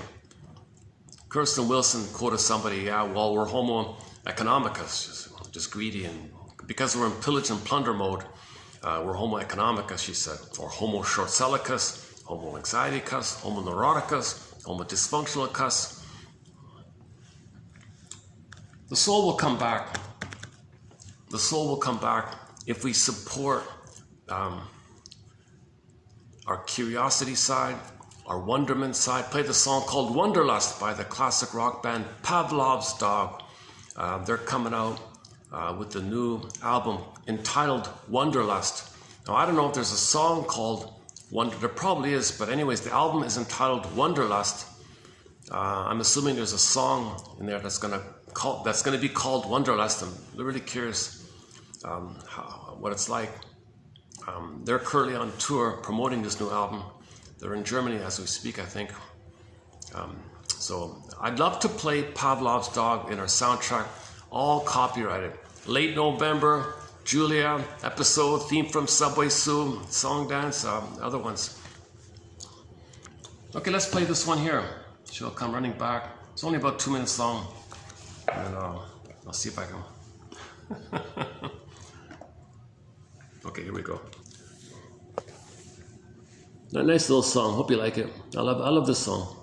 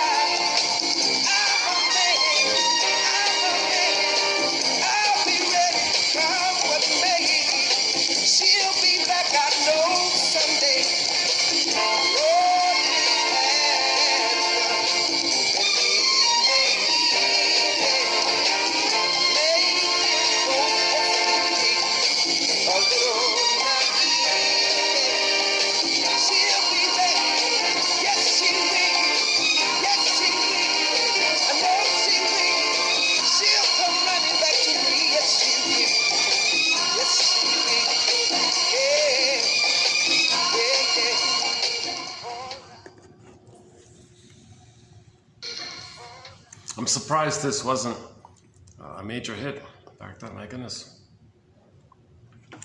Okay, so where are we here? My mind is wandering a little bit. Wandering mind here. Yeah, one quote was, if your mind is wandering a lot, like monkey mind kind of thing, that's a failure of emotional processing. So if I get feelings coming up and I'm not processing them, my mind's going to scramble around a little bit. Then I get distracted, lost in thought, because I'm trying to I'm searching for my story so I can process my feelings. So if feelings come up and my mind starts wandering, what was I just saying? That's because some feelings came up. So as I was doing this video, I think some feelings came up and I lost my train of thought kind of thing. That's why I took a lot of breaks here today. Okay, let's see, should we do the quotes here? Are we okay with the introductory kind of, did I provide enough of wonderment and curiosity about the need to know ourselves, know thyself, like that? Consciousness is the healer. Consciousness is the healer. You can't bypass it. What I like about the piano episode in the Twilight Zone, oh, there's that cat again, you know, is that after the hypnosis, they can keep the knowledge. They didn't lose it. So they were hypnotized, the truth came up, and they can keep it. And so they're healing like that. Can we get the cat? Let's see if we can get the cat in here.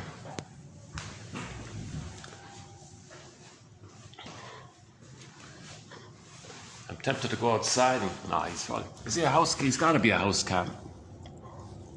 Do you see him walking on the ledge there? There he goes. Big old cat, eh?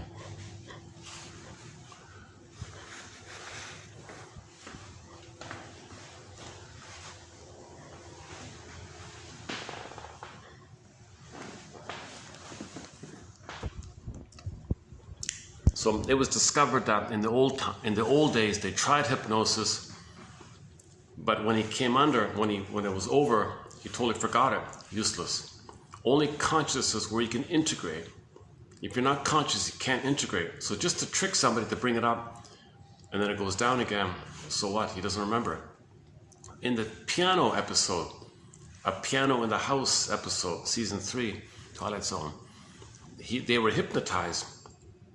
And then, so they're in a trance, they're saying it, but when the song ended, when the hypnosis ended, they can keep it. So the conclusion was the one fellow was hypnotized, and he got some kind of deep truth about why he was so cynical and angry like that. So now he learned something about himself. So now he's going to begin the second journey of midlife. He may briefly have the repressed hostility blues. But he's conscious of it. So he's going to begin, if he's conscious of his repressed hostility blues, because he'll have repressed hostility blues, because no one will be a chump for him anymore. No one will participate in the sadistic games. So he was a real sadist. They called him.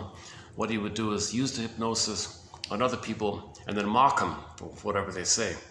Okay, the thing got turned around and he was hypnotized. And everyone felt sorry for him like that. Because he was a frightened little boy. And he was abused by his mother. But the problem was he was frozen with the aggressor mood. So he made the Faustian deal. He made the Faustian deal. You know. So everyone was no good. Okay, and then he hated everyone. So first he sees everyone is no good, that's why he's got to mock them. They're no good. And then poof, he hates them. Okay, so very traumatized people hate the ones they hurt. So this all came up in the hypnosis. Everyone went away, including his wife and his friend. He was all alone, like that. And there was a question mark about the butler guy. And he was kind of just like him, so he might even leave as well. So then he's going to begin the journey. His false self ends. The false self ends. Enter another Twilight Zone episode, the Jeff Myrtlebank one. Yeah, that's sort of a fun one.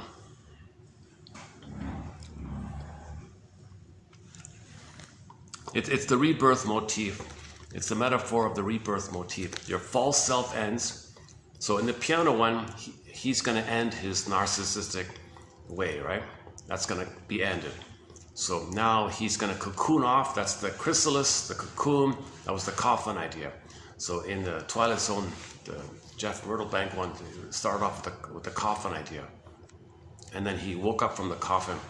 So that means the transformation from the caterpillar chrysalis to butterfly. So Jeff became a butterfly like that. The scene opened up with the chrysalis idea, the withdrawn idea like that. And I spent a lot of time talking about that episode. And you know, let's make a point about this. Yeah, I said it in the last 2 videos ago. No, in the last video I added something about that one. So let's finish with the piano one. So at the end of the piano story, okay, he's going to be kind of like in cocoon mode. Okay, so now we advance the thing with the Jeff story. So the Jeff story was he withdrew and studied himself and reclaimed himself and was reborn, so to speak, right? That's when he woke up from the coffin kind of thing. Now, when Jeff was healed, the mother freaked out, right? You have confidence now, and you enjoy things, and I like the old you. You were a failure, you were a loser, you had no ambition, and you always needed me. That's what I wanted. I wanted you to be tied to me. I wanted to feel important. And she whined about little things. You know, you used to eat 3 eggs now you only eat 2 eggs in the morning. And now you're confident and you do things. You're autonomous, you don't need me. She freaked out like this. And then, so she had a huge anxiety around no longer being able to scapegoat her son.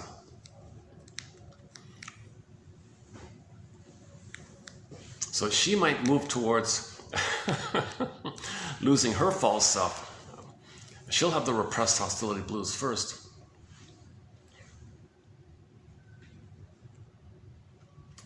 And what the mother did was, you're like too strange. She started to hate him because when Jeff was new, that was unfamiliar to her. Now when Jeff, her own son, was unfamiliar to the mother, clicked in her mind the first unfamiliar experience in her memory, her mother. And she created an image called the imago of a fusion between how she felt with the mother, combined with the mother, and some scary thing. So she's frightened inside like that. And she transferred this frightening boogeyman image or something onto her own son. So, you're really all these negative things like that. And it spread around in a rumor, and all the villagers, and this dynamic took place with all the villagers because they had the same experience like the mother. Yeah, you're unfamiliar. Fear of the unknown. I don't know you. I knew you before, and now you're new. I don't know you. That click, click, click. So all the villagers had a click, click, click going on, and then they try to drive him out like that.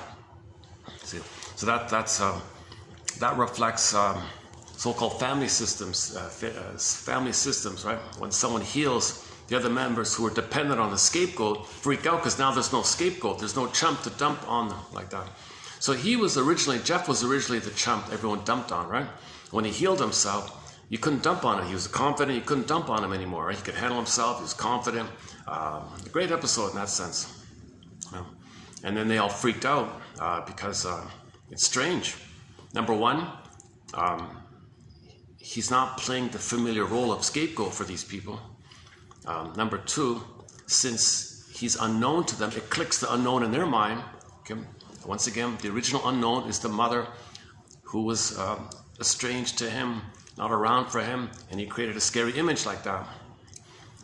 So the image is exaggerated due to the baby's small size and the mother being kind of like the giant Tess in the nursery, the monster idea, and you fuse the baby's rage, mother's enraged. Baby is hungry, mother's hungry.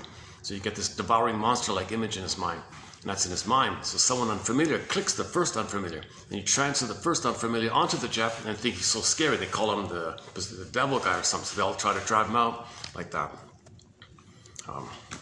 So that shows vividly the dynamic of family systems theory, and if somebody heals, the other members freak out like that.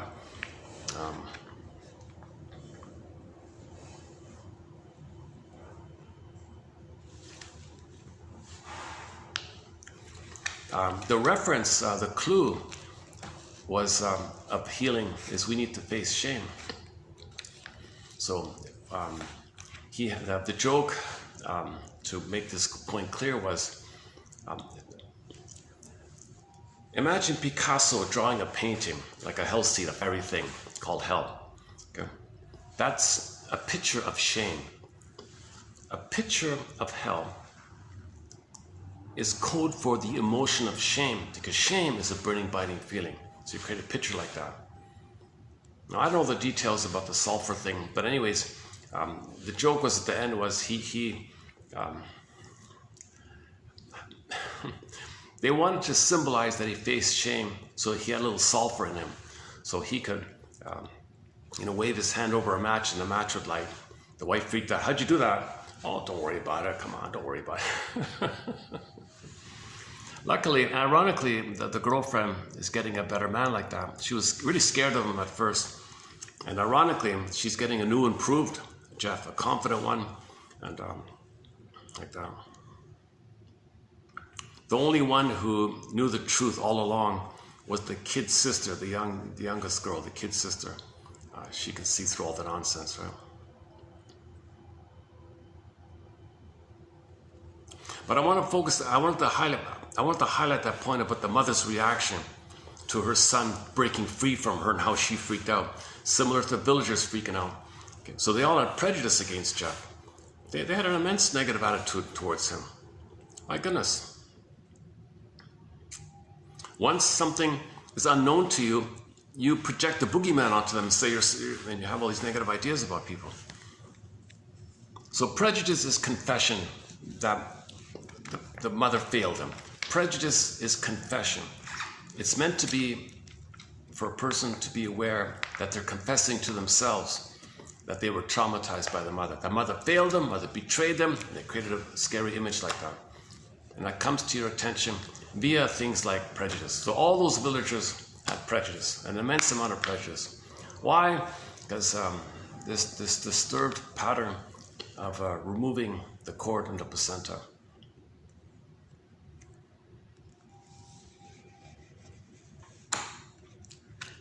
Wait a minute.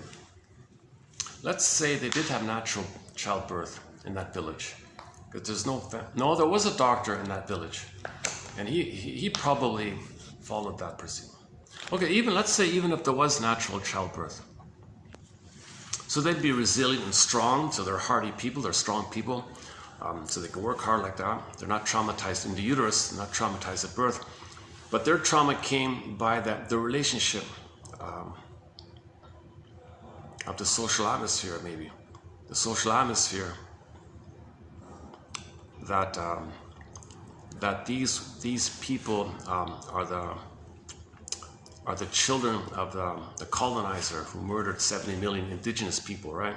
So there were 70 million indigenous people living on Turtle Island, and the people came over and murdered most of them. And oh Jesus, one sec. Well, someone just gave me a strong look. Someone just stared right at me in the thing there. Okay, I'm not going to go down that tangent, but maybe there's some feeling of anger and guilt like this. So these are the children of the settlers, but many of the settlers were brought over to murder the indigenous people or enslave them like that. So 70 million people, right?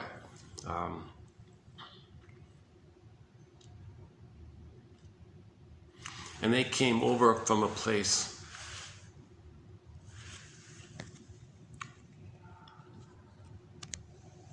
that had the traumatized mind. So we're still homo traumicus, right? So this trauma phenomena traces back to roughly 10,000 years ago. Star Trek says 6,000 years ago. Most people say 10,000 years ago. Okay, now I can't go further because if I start down this point, it takes 7.5 hours to run through our thread on homo traumicus, the 48 symptoms of homo traumicus. And we talk about as above, so below, village to pillage, get tolerant to prejudice, okay, the religion, the propaganda, and the slogans. We cover all the rationalizations and the beliefs, and the identification process, the psychic splitting, paranoid schizophrenia. There's a lot of material about us being homo traumicus, and it was presented in, oh my God, and this was it here? About 2 years ago here. Go to 2725 part 3 of 3. Look at that, 27. What is this? 3,000. Is that right? Did I get that right? Now it's only 3046. 27, 25? No, that can't be right. 25, 27? Oh. Okay, I don't have the exact number with me. But there, look for the video that's 7.5 hours. Look for the 7-hour video. I think there's only one 7-hour video. And it's a very detailed one, and we cover a lot of ground, I think. It's mainly based on our behavior outwardly being a reflection of our trauma. And we're meant to observe our behavior to know our trauma. Because if we know our trauma, we can heal with them, then our outer will reflect a healed inner. And we'll be healing on the outer if we can develop a healed on the inner, as above, so below. So let's identify the as above, so below. So I went through 48 of them. The pollution, and then the plundering, and the excuses. And man, oh man.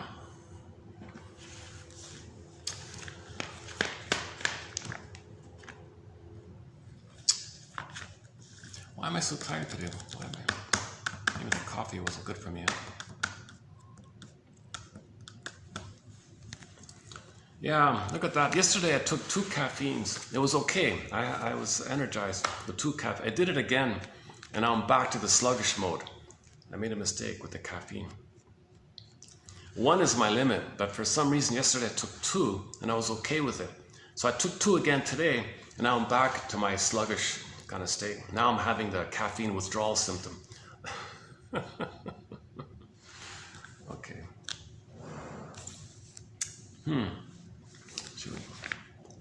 Okay, let's do one more song and then I'll decide which way to go here. 1 sec. Let's get this back here. Let's play another song here.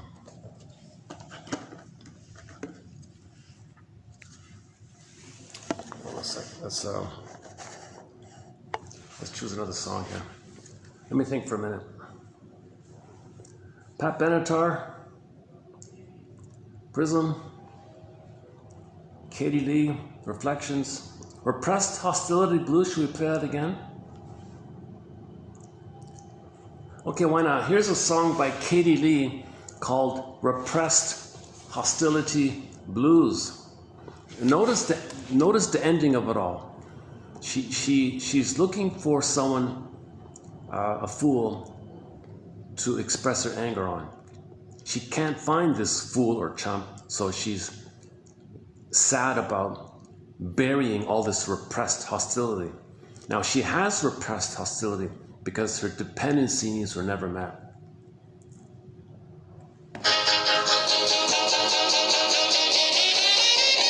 I got those repressed hostility blues here in the heartless city. I'm elbowed and muscled and hustled around by a queer turn of psych. I'm bound to be pleasant to those I dislike. I got those repressed hostility blues, lost in the cruel, cruel city. I'm jostled, maltreated, and cheated in turn by an odd twist of fate. I yearn to be gracious to people I hate. I'm a lonesome, emotional lackey who craves someone to attack. I need a waiter, a waitress, or hacky who promise not to fight back. I got those repressed hostility blues here in the no-good city. The anger I'm feeling is all in my mind. Oh, if only I knew some kind of a someone to transfer it to.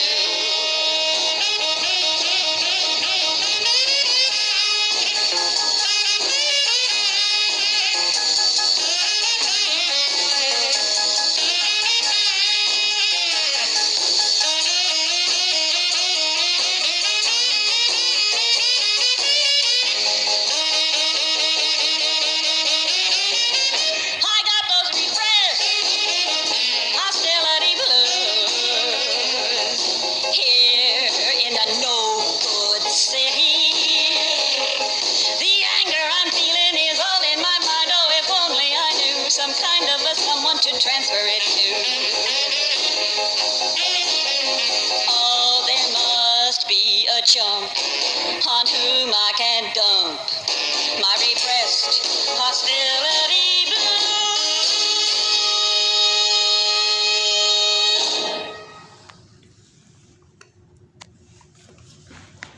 blues. The other songs that we play of hers are Properly Loved, Shrinker Man, and her big hit called It Must Be Something Psychological. It's really quite explainable. She says that she only likes men who are emotionally unavailable.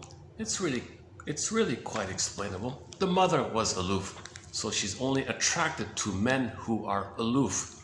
It's really quite explainable. Okay, I think I'll just run through today's batch here, and okay, let's do today's batch here. So here's 3046. Okay, now this is a German speaker, so if a German speaker says Freud said something, I'll include it. So here we go. Freud described transference.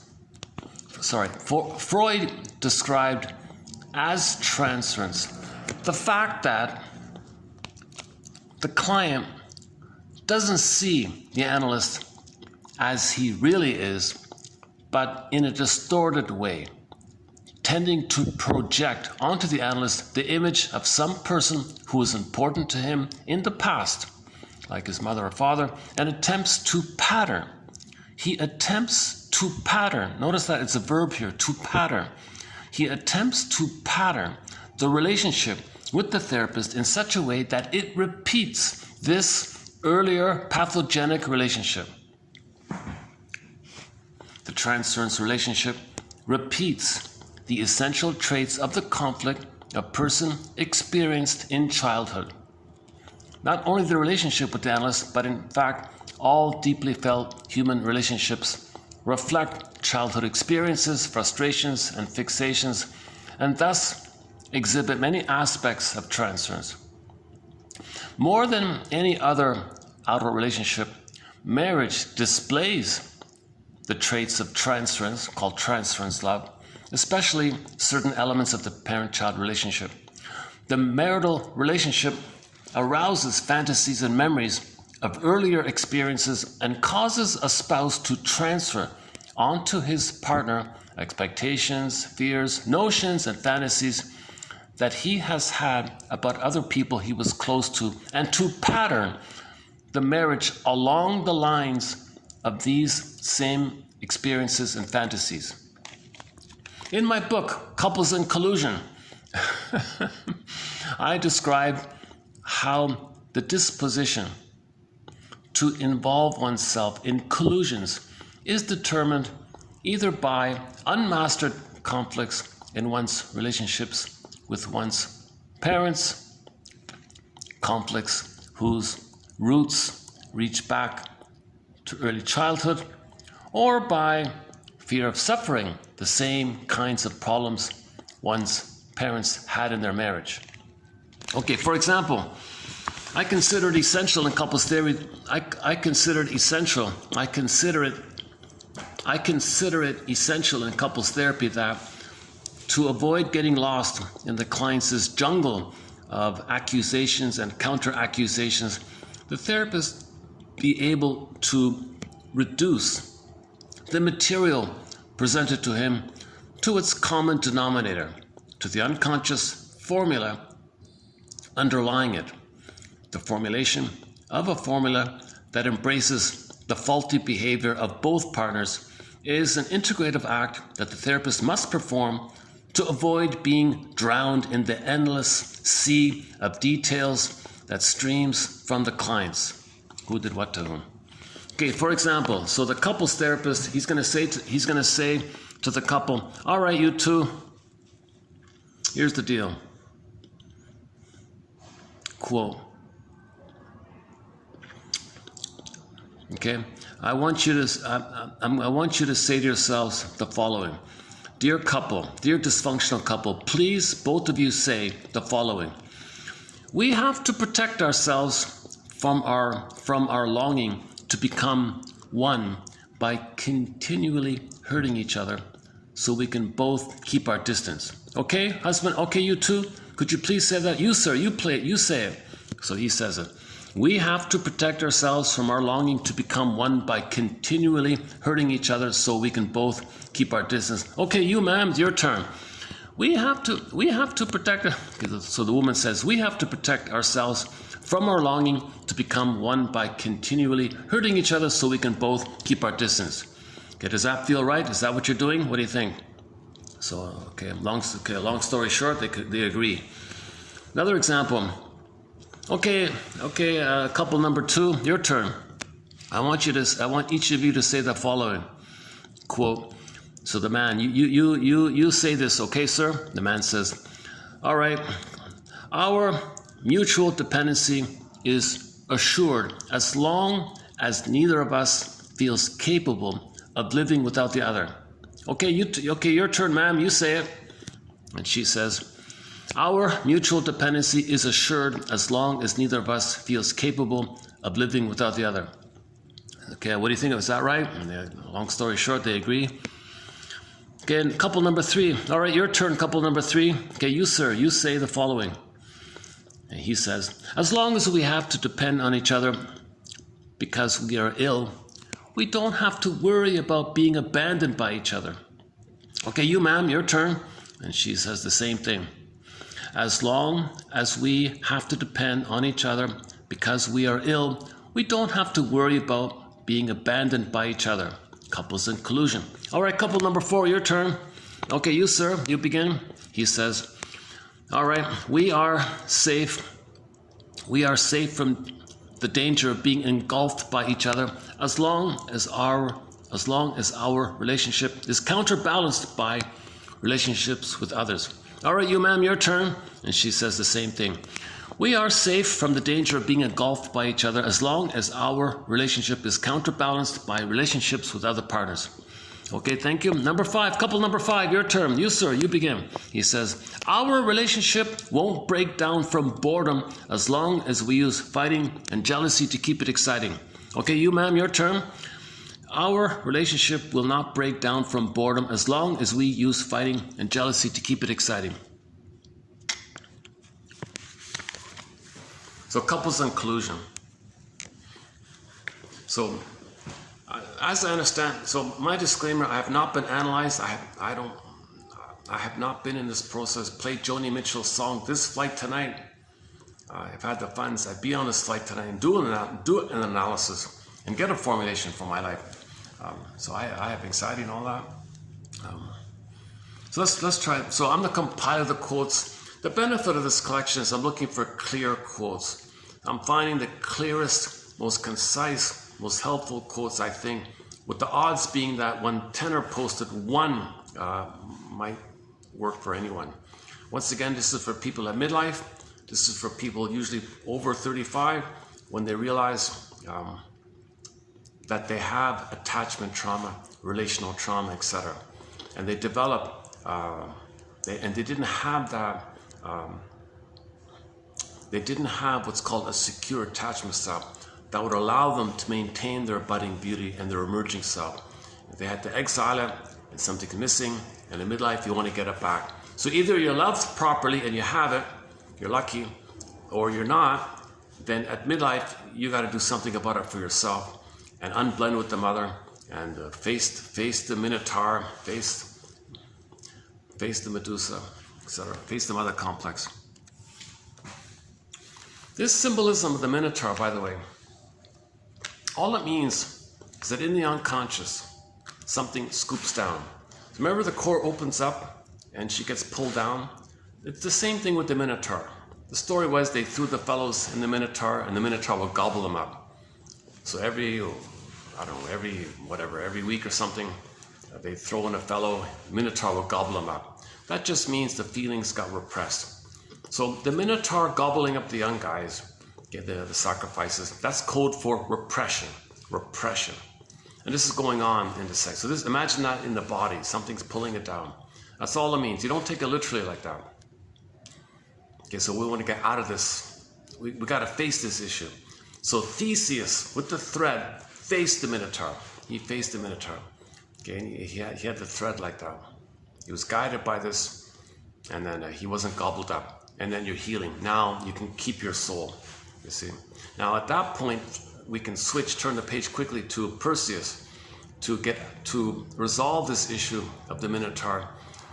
Got to end the mother complex, and that's when you parse out that your mother failed you, she betrayed you, she didn't love you, and how you felt about it.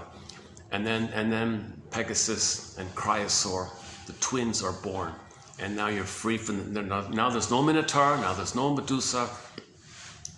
And the idea, and the thing about the guy Perseus and the Medusa, he means he mastered it, and others who didn't turned to stone, right? So that's code for, in the Odyssey, the image for this in the Odyssey is when they went on to Circe's island. Okay, so now back to the Odyssey. In the Odyssey, when Odysseus went to Circe's island, okay, he embraced the opposites. So that's the image when he ate the herb, the holy moly, right? Holy moly. So the moly herb, the moly, holy, you make him whole, make him heal. So that moly herb was black and white. Now it looks maybe like the coffee cup. So it was a herb that had two color, that's the two sides. So he embraced the two sides. He can integrate and hold the two sides, meaning the baby cannot handle ambivalence with the mother. He can't handle the idea that the mother's satisfying one minute, frustrating the other minute. He can't do it, psychic splitting. In midlife, can you resolve this and heal it and find the third side of the coin? So when Odysseus ate the herb, that just means he can see the two sides and integrate this two sides called the third side of the coin. So that's called both and thinking. He can do both and thinking. In the Mi'kmaq, indigenous group called the Mi'kmaq people, in the Mi'kmaq, they have a fairy tale called Summer Legend. That was represented when the guy, Glooskap, when Glooskap, the protagonist, could ride the whale, the black and white whale, he could ride it.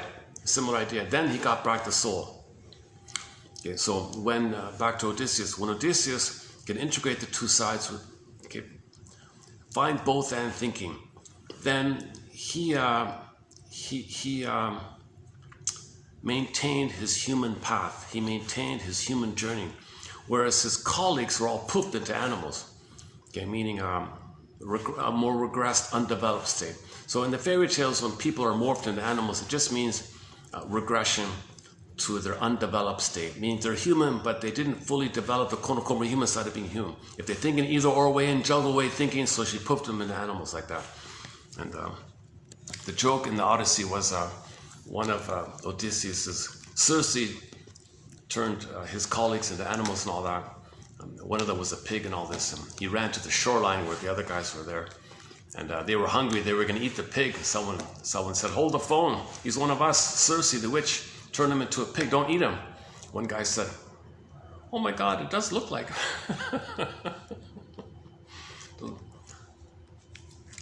By the way, when Circe and Odysseus, he had his first mutual human to human. So the witch turned into a human, and Odysseus had a human to human dynamic. Okay, that was symbolized by drinking mead. Mead is a symbol of the couple bonding, because in traditional times the couple would take off for 1 month, and every night they would drink mead. That's a symbol for the honeymoon. Mead is a symbol for the honeymoon, because mead is made of honey, and they would drink it for 1 month. That's the moon, honeymoon. Mead for 1 month. Drinking mead for 1 month, code honeymoon. So when he and her were drinking mead, he had his first kind of a human to human. He loved someone in a way. You can think of it like that. So Circe morphed into the human realm, and Odysseus had and when that took place, his mother, the wicked queen-like mother, poofed away. So when Odysseus loved someone else, he broke free from the mother, she poofed away. So that was seen in some fairy tales. This can be represented in so many ways, so never mind the detail about that. So she poofed away. That just, oops. Sorry. I'm confused why there's so much foot traffic in front. I thought this was a car thing. I've never actually walked on that side. I wonder. Oh, this was well, this is the place with all the security guards. Yeah, it's a little calmer now. Yeah. Oh, yeah. Somebody told me that now the off season begins. So now it's sort of officially low season or off season. So for the next little while, it's going to be a mellower around here, I think, slightly mellower.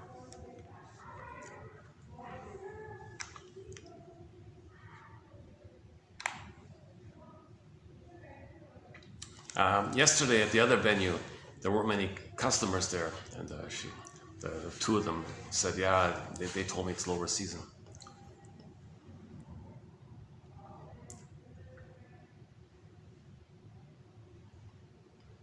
You know what, I could have given them the advice. Maybe what you can do is go to your boss and say, look, boss, I've got some free time here. Things are not busy. Do you got anything else I can do? Show some initiative, show some willingness to do something instead of just loafing off or something. They were very professional, very polite. They were excellent like that. I was just thinking maybe that might be one way to climb the ladder like that, right? Maybe the boss will be impressed. Oh, really? You really want to work, right? Okay. Don't want to get involved in these kind of things. What if they do it? They lose the boss fires them. They blame me.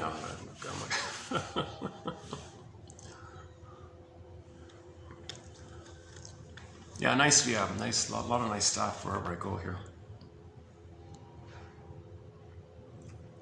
Are we finished with couples and collusion? So his book, Couples and Collusion, was the couple's not happy because they made a secret collusion. One was they're bored, so let's pick fights. Let's make a drama, make it exciting. Otherwise, they'd leave each other. So they deliberately would create this sense of quote-unquote pseudo-aliveness. They can't feel embodied because there's no beingness, so they create stress and screaming, and they think that's a distraction. So pseudo-aliveness is to distract you because you feel dead inside, something like that. So the couple would do that. That's the last one there. The other one was, oh my God, the other one was they're having affairs. The two of them are having affairs. So their conclusion was they're mother to each other. So they can't be intimate. So they got to have affairs on the side. See, the imprint for the boy, if the boy and the mother, and the boy is traumatized by the mother, there's a deep imprint with the mother. So later when he gets married, he is going to sizzle that imprint in his mind and transfer the mother to the wife and think the wife's the mother, emotionally speaking.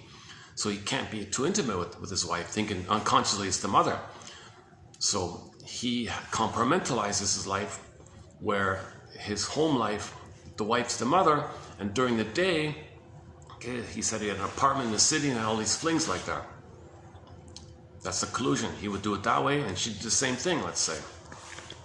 It's kind of a collusion. So no one's happy like that. Psychic splitting doesn't make you happy. This either or living, it all perpetuates the pain of the trauma, the loyalty of the trauma, the tie to the mother. So being a playboy or a playgirl, you're not happy really. It looks very, glamorous or something, but they're not happy inside. Okay, the third one here. Look at that, eh? One in the dependency area, they were both childlike, and what they did was they made themselves unskillful to the point where neither of them would make it on their own, so they'd stay together, not happy. But they were afraid to be on their own, so he said, all right, I'll be a failure and you be a failure, so we won't leave each other. Isn't it bittersweet? The other one here was, we don't want to get too close, so we fight to keep some distance. Oh, that's it, right? Those are the examples, right? Okay, that's it there from Mr. Oh, no, one more here. If what the therapeutic sciences tell us is correct, namely that the therapeutic relationship is of greater importance than the method, then it follows that the clarification of the therapist's own reactions are of value in the formation of a therapeutic relationship. He makes this point here. Masterson makes the same point. If the therapist makes a mistake called countertransference, where he transfers his unresolved battle with the mother into the present and uses the client as a stand-in either for himself or for the mother and reenacts the thing, he's got to catch himself and admit it, apologize, made the mistake, something came up in him and he brought it into the room here. It's a relief. You're building trust. You respected him to share this. You're honest about it. You have integrity about it. You feel badly that this kind of thing happened. And that activity builds trust. And if trust is the main thing that heals, then you want to build a trust. If the shrink makes a mistake called countertransference and he keeps it silent, it's a double hurt, right? It's going to be a double insult. It's okay to make a mistake, but things are worse when you don't want to confess it like that. So he's saying here, confess it because you're going to build a relationship. And the relationship is the healer. Whatever other theory you're going by, it's the relationship that's the healer. Because if there is a positive emotional relationship, that's what you want to internalize as an alternative circuit to go by. Then you don't have to, then you can let go of the old circuit and go by the new circuit kind of thing. All right, next one here.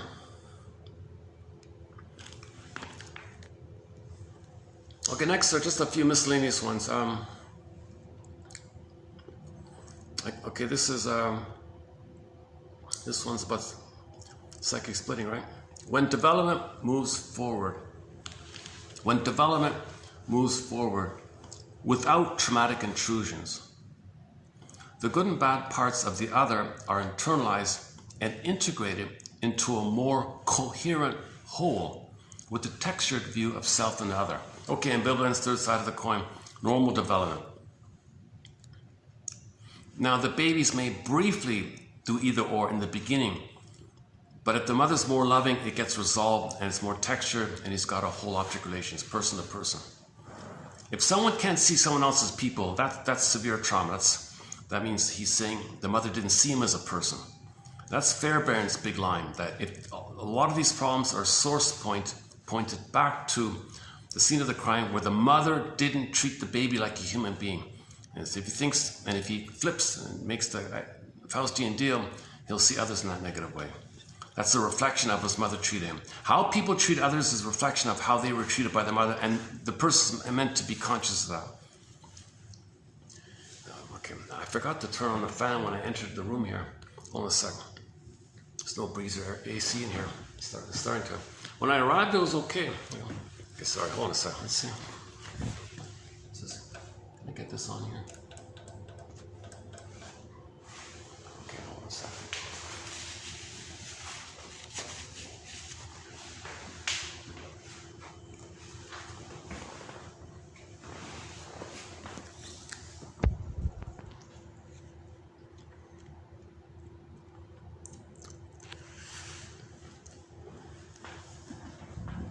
Okay, let's wait for the AC to kick in.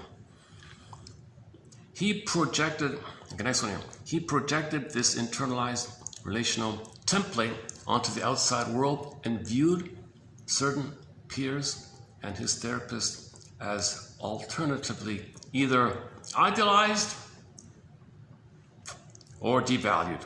Okay, so if he doesn't have whole object relations and his psychic mind is either or, then he can flip it around. He'll see people in the template. Okay, goddess and demon template. So idealized, devalued. And recent quote was, sometimes these are both defense mechanisms. Psychic splitting is a defense mechanism. So if you're referring to either one, that means you're still using psychic splitting. So idealized and devalued is psychic splitting.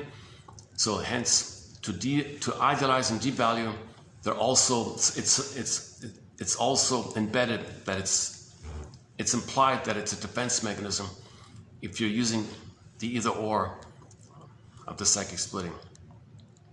So whenever there's a polarity like idealization, devalue, mothers say this, baby's masochist, whenever these painful opposites of the polar like that.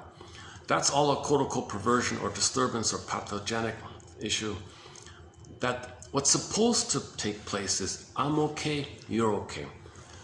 Okay, you have feelings and dreams, you're a person, you're wounded, okay, but you're a person, and nature's greatest miracle, and I'm a person, and we're on the journey to, we're all one family, earth family, human family, we're all members of the Homo traumicus, Homo sapiens, clearly. A little empathy if somebody grew up in a plundered place, little resources, mother didn't have a chance to stay at home to nurse the baby or something, and a lot of pollution in the environment, so the child didn't have to cope like that. So when babies are traumatized, they might stay in narcissistic mode. So if a person has a narcissistic mode, okay, that's a sign of trauma like that, obviously. Narcissism is a defense, and the added point about narcissism is something about the chemistry of it all. The person could become addicted to narcissism because the Greeks named that psychology after the little white flower, which the flower called narcissus. They named that flower narcissus after the Greek word for drug, narke or narkao. One author says narke, another one said narkao. Because that flower gives people delusions and illusions and dreams and all that stuff. So they would name the psychology, i.e. the myth of Narcissus looking at the pool of water and he's addicted, like all excited, all addicted. It's all about him. So to maintain that status, he needs his supply. So narcissistic supply is it's like a drug supply, a psychological drug supply, hence the phrase supply. They want their supply, they want their fix.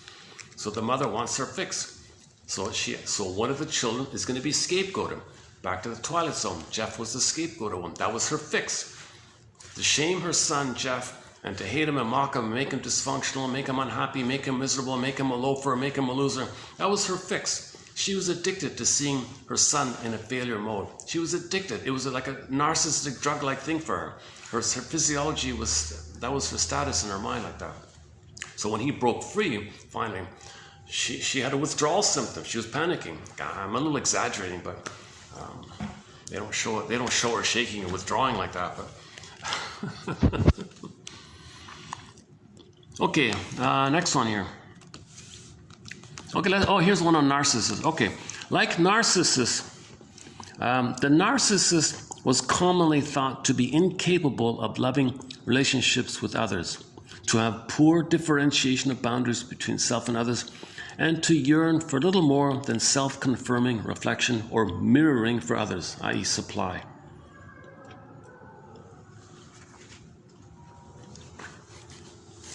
So people with narcissism see everybody as symbolic breast, a symbol of the mother, and the mother was a breast. So they siphon dry and dump their hate, because the mother should accept the baby's hate but still provide love. And that's the function that the mother should have played for the baby. That failed, so everybody should play that role, and they feel entitled for that. So they're enraged when they don't get that. So obviously they're not really relating in a person-to-person way with others. Some people use him ignoring Echo to reflect that, but Echo and Narcissus are two aspects of a traumatized psyche, of a traumatized person. They're not separate on the outer. They're two parts of the inner. The soul is Echo, and she turned to stone, and the psychology is narcissism.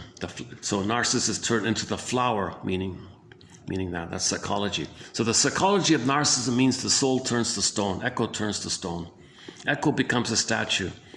Underappreciated point. I don't see many people making that point about Echo turning to stone. Remarkable to the outside observer, the client himself failed to associate consciously the onset of panic attacks with his sudden separation from a long and emotionally calming relationship with his wife.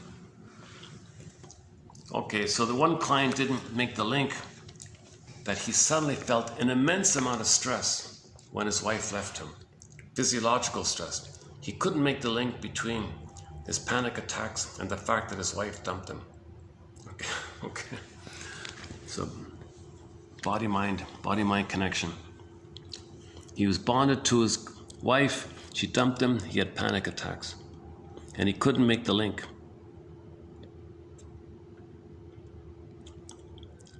So that's compelling him to make the link that he is feeling stress of the loss because he was safe with Jennifer, so he calmed down. Now he's less safe. If you feel less safe, you feel stressed. That's the panic attack. He's triggered about losing his mother. If he lost Jennifer, that means he's being reminded that the mother wasn't around for him. And he chose Jennifer to dump him because the mother dumped him, so to speak. The awaited self as yet to be revealed. Okay, the awaited self, the emerging self, yet to be revealed. The self we seem to carry with us through the ordinary days and times of our lives. The awaited self. All right, next one here. Okay, this last one here is sort of like a little poetic thing here by the author here. Okay, so just regard this sort of in a slightly poetic kind of way. Resurrection without the cross, hope without suffering, pleasure without reality, heavenly glory without earthly history, and real self possibility without developmental necessity all lead to escapism and devaluation of self and the earth. Likewise, cross without resurrection, suffering without hope, reality without pleasure, history without eternity, and the developmental necessity without real self possibility lead to whatever, unhappiness or despair. This dialectic is the heart of therapy. So he borrowed a religious image and said that you gotta have a balance of the two, right? So the vertical image is the suffering one, right? And then there's but with it, there's going to be some hope and rebirth and all that. Now, if you only think about rebirth and you ignore the suffering, that's called spiritual bypassing. That's called escapism. Escapism, and it's harmful to self and others. If you focus too much on the suffering and no hope, then you're in despair like that. So you don't want it to be like an either-or thing. So the image represents therapy acknowledges both sides. So a shortcut for this is a song by the singer Vonda Shepherd. All of the joy for which you pray is 100 tears away. All of the joy for which you pray is 100 tears away. So you need the suffering for the joy. You can't have the joy without the suffering. If you only want joy without the suffering, in the Disney film, she was called delusional joy, escapism joy, fantasy joy, Peter Pan joy, whatever. Just Pollyanna escapism, just no reality of sadness. So in the first film, they rejected sadness, they tolerated her, but rejected her. They put a circle with the chalk, they put a circle. Sadness, you stand in the circle here, just stay in the circle. Pushed her toe in the circle, come on, just stay in there.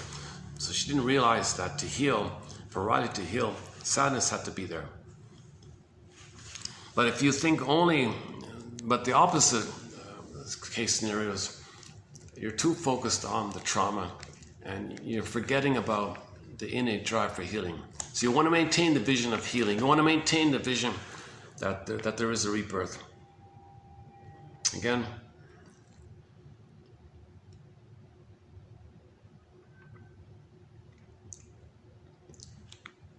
okay, I'll just keep it there. Let's just keep it there.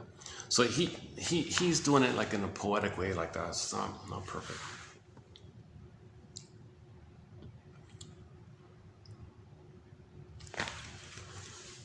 So escapism, okay, it's not going to work because you're missing the suffering part.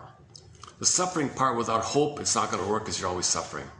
So can you find some kind of two-in-one kind of thing? Accept your suffering and have the hope. So do both. You need both. You need the hope and you need to accept the suffering. You need to admit the loss and have the hope that everything will be okay. Something like that. You need both. That's what he means. Okay. That's it, 3046. Okay, that's it, right? Oh, one more here, sorry. Okay, this last one here is sort of a question mark on my end. I'm not a doctor, I'm not a physiologist, I'm not a biologist, nothing like that. It's about the nerves here.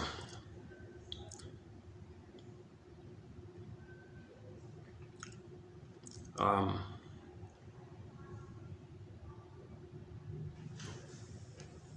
boy. Okay, essentially the three reactions of freeze to the stress response, okay? So that's associated with the dorsal nerves. So if you're spaced out, dreaming, floating, brain fog, absent-mindedness, the nerves associated with the deer in the headlights, rabbit in the headlights, spacing out a little bit, highway hypnosis, absent-mindedness, forgetfulness, this kind of freeze thing.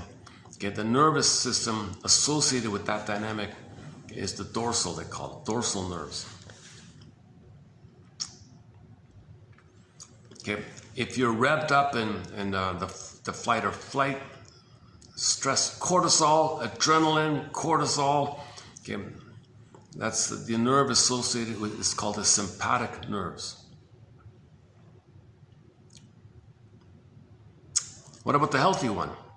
Well, the healthy one is called the ventral.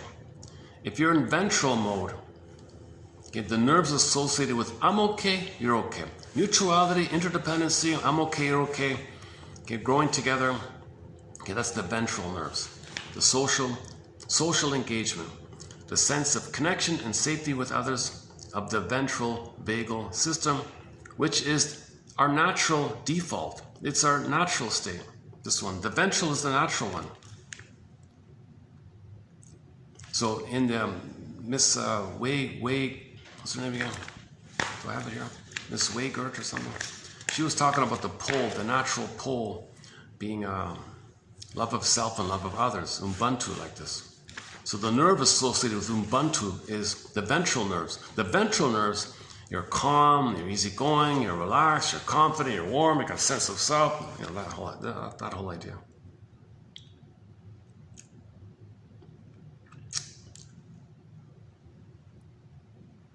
Okay, so, and think about the pie chart. It's not like either or, all three are taking place at the same time. But with trauma, the ventral one is minimal. And you either got too much on the dorsal spaced out one or too much on the fight or flight revved up one. So when babies are born, Janoff says some people are revved up with PTSD. That's a sympathetic mode. So they're always in revved up mode. Manic living, busy, hyper manic, type A kind of thing. Now some babies, he calls it parasympathetic, are kind of in conserving mode. So anybody's in conserving mode, saving their energy, conserving their energy, kind of like resting like that, just conserving and resting. Now that's called the parasympathetic. Okay, and the other one, I guess the saddest one, is when people are spaced out all the time. Daydreaming, so maybe there's your autism or Asperger's or something, I don't know. That's the dorsal one. Again, this is all question mark here. I'm not too familiar with this kind of thing. But we did post one quote earlier. This is like a loose follow-up one that I had. One more song? Yeah, let's do one more song here. Look at that, eh? I think I'm going to start to wind down this video pretty soon. It's getting dark here already. Let's do one more song here, so I can calm down myself. I'm feeling... Okay, I'm not sure what I'm feeling. I'm feeling a combination of the caffeine withdrawal, but I still have too much caffeine. I've got both going on. I've got the revving of the caffeine and the withdrawal effect that I can't handle too much caffeine. I feel like I've got both going on. Calypso, what about Calypso? Pharaon, First Time for Everything, Santers. Let's pick one at random here. Cashton Band, do-do-do-do-do. Do we have that one there? What's this one? What's this one again?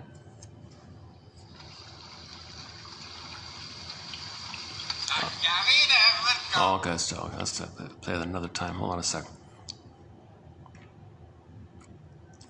I don't think we've ever played their main hit. I don't have it on here. Let's see. Am I online? Should we dig it up? Do. Let's see if am I online here. Let me double check. Hang on a sec. Let's see. I don't think I've ever played this song. Oh, maybe it's copyrighted. Is that why? Okay, this might be copyrighted. Okay, if you don't hear the song, so I'm gonna play a song by the band Cashton.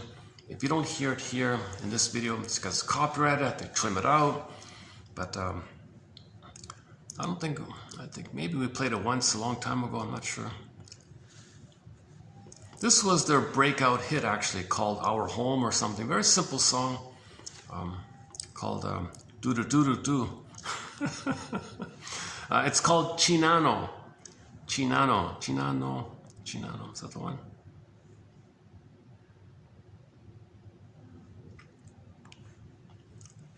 Is that it? No, it's not it. Oh, that's a good song. Oh, that's a very good song. Teapot Shimam. That's a very good song. Let's play the Do Do Do one. Do Do Do Do Do. Where is it? Oh, yeah. Hang on a sec. Where is it? That's the first album, right? It's on the first album. ท่องโลกศิลปะในนิวยอร์กจองโรงแรมและเที่ยวบินราคาถูกกับ Agoda Hold on. Okay, here we go. ท่องโลกทั้งใบในรายการ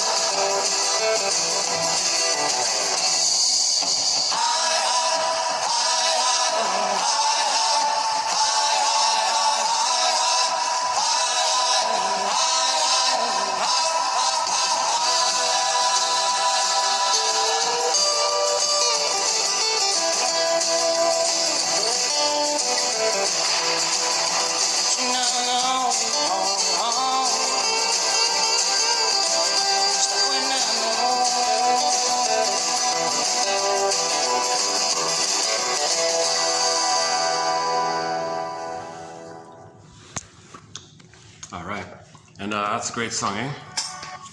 Let's play. Let's also play that "Do Do Do" song. I forgot the name of it. Hold on a sec. Give me a sec here. Oh, I gotta dig it up again. Hold on a sec. Kashtin. K-A-S-H-T-I-N,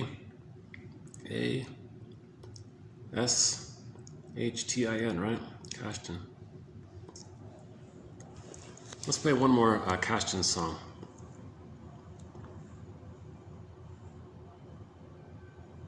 Is that the one? Harikana? Is that the one? Harikana? Oh, Jesus Christ. They really know they gotta shock you right off the bat with their ads, right? They gotta.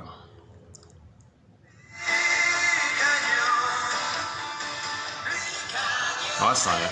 That's a good song though. Also, Harikana or something. Yeah, that's not the one. Hang on. Is it this one? Uas Iuian, something like that. Is that the one? Do do do do do.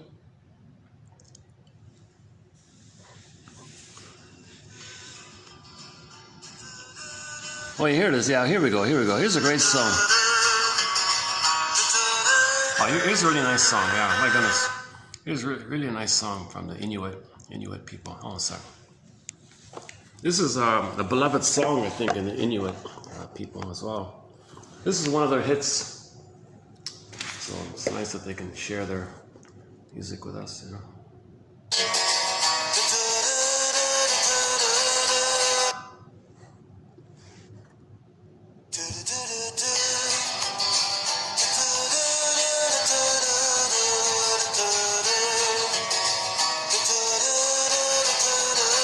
Hang on.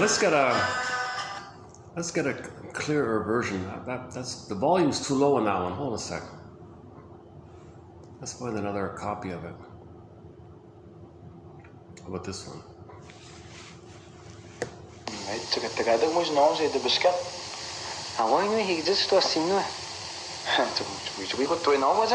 Well, that's the music video for it. Okay, hang on. Well, let's try. Hang on. Let's try another version of it. I want to get a clear, a more clear one. Is that the one? How about this one?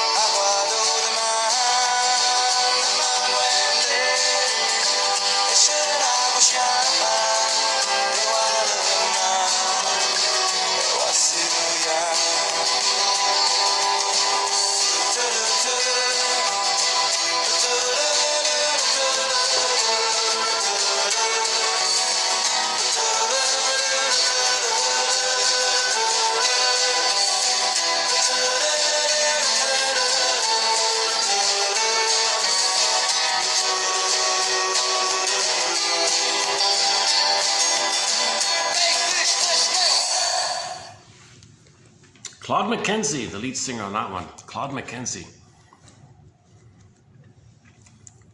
Okay, in the next video, which will be 47, we'll have a couple of quotes by this famous shrink. With this AI tool, hang on. you can turn your story into a beautiful... AI, oh my goodness. We posted 2 quotes on AI a while ago. One was somebody's theory that if AI is going to be technology's unconscious, so to speak, and we humans don't even know our own unconscious, and here you have programmers programming technology, and the programmers don't even know their own unconscious. It could be that the coding or whatever in the technology might reflect their unconscious problems and issues like that. So here you have technology with an unconscious called AI. That's kind of scary because for an individual, our unconscious drives this kind of thing. Our unconscious makes us live the unlived life, an unfulfilled life, a provisional life, dysfunctional living. That's our unconscious doing this. So if you got technology with an unconscious, it could be like a parallel scenario. So he was kind of saying, let's be safe and let's have it whereby everyone can know something about their own unconscious, like that. And the second point was, the other quote we had about AI was, if technology tends to just accelerate our dysfunction. Every time there's a new technology, it just accelerates our dysfunction. Now we have a new technology called AI. Isn't it just going to accelerate our thing? So if we're dysfunctional, and now you got this super quick AI machinery or whatever, doesn't it just accelerate our dysfunction? And if we don't even know our dysfunction, and we're going to accelerate it, like hold the phone here. So let's understand our patterns. Let's know ourselves, like that. So this is manic living, right? Like we're speeding things up. It's manic, right?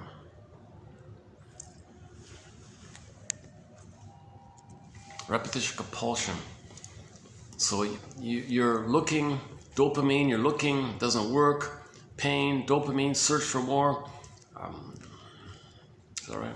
Dopamine for the chase, serotonin from the catch. So all this dopamine stuff turns to greed and envy.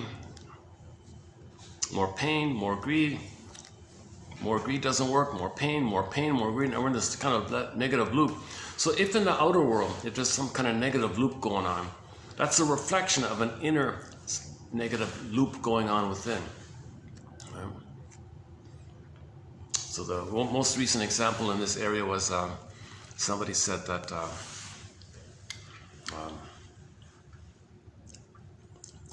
if there's more dumping and pollution, okay, first of all, the dumping and the pollution reflects that the baby was polluted, so to speak. Not enough oxygen, mother's loving presence. He was kind of polluted in that sense. Too much cortisol by the mother. It's kind of toxic for the child. So if the child is kind of quote-unquote polluted by the mother in terms of the stress he feels, picking up mother's stress, all the toxicity like that, it's kind of polluted with the toxicity of the stress hormones. So if the baby's polluted, quote-unquote polluted, that's going to be reflected by polluting outwardly as a reflection of the inner state. So now we've got a negative cycle because if you pollute outwardly, okay, and you dump tens of billions of tons of plastics into the ocean again and again, okay, now you're heating up the oceans like this. Okay, it's stress on the oceans. Got more steam now, more heat now. Water vapor syndrome, cloud problem formation syndrome, and then it leads to more hurricanes. More lightning strikes. Now, if there are more lightning strikes, there's going to be more forest fires. If there's more forest fires, there's going to be more ash that drifts around to the ice caps, and now the snow, which normally reflects the heat, will have less of a capacity to be reflective if there's too much dirt and darkened. If the snow is darkened, it can't reflect. So black absorbs, white reflects. So if the snow becomes more darkish or ashish, there'll be less reflection. That's more heat. More heat, okay, moisture issues, cloud issues, water issues, and I don't know, somewhere along the line, it ends up with more lightning strikes. But if you get more lightning strikes, there's going to be more fires. And as at the time of posting, there's all these fires going on, they said, more than usual. So now you got more fires going on. We're talking about like man-made, right? Over and above what nature normally does. So now you got these man-caused fires. Again, that's a negative loop because those fires create more ash. The ash floats around, goes into the snow. The snow can't reflect. If it can't reflect, then there's more steam. The steam, heat, then more lightning, more fires, more ash, negative. So if there's an outer negative loop, that's a reflection of our dysfunction within. That we created a traumatic script on the inwardly, so our behavior outwardly is a traumatic behavior on the planet. So we're harmful to ourselves and to others like that.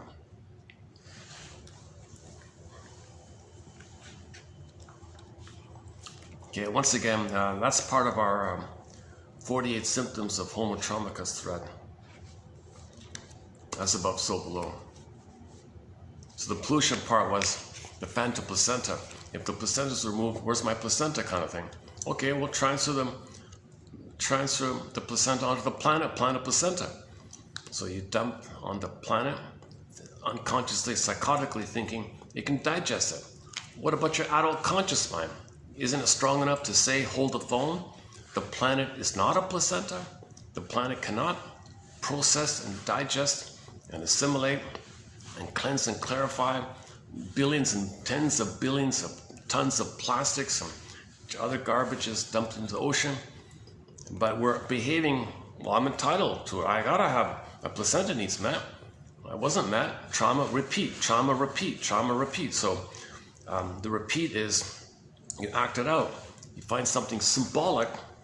So the planet's like a symbol of the breast. Because for the baby, the placenta is like the planet in a way, right? It's like everything kind of thing. So you transfer the phantom placenta onto the planet. Now, a lot of people have the placenta removed, so a lot of people have this phantom placenta feeling, so you dump it onto the planet like that. Now, the greed part is, the taking in part was insufficient.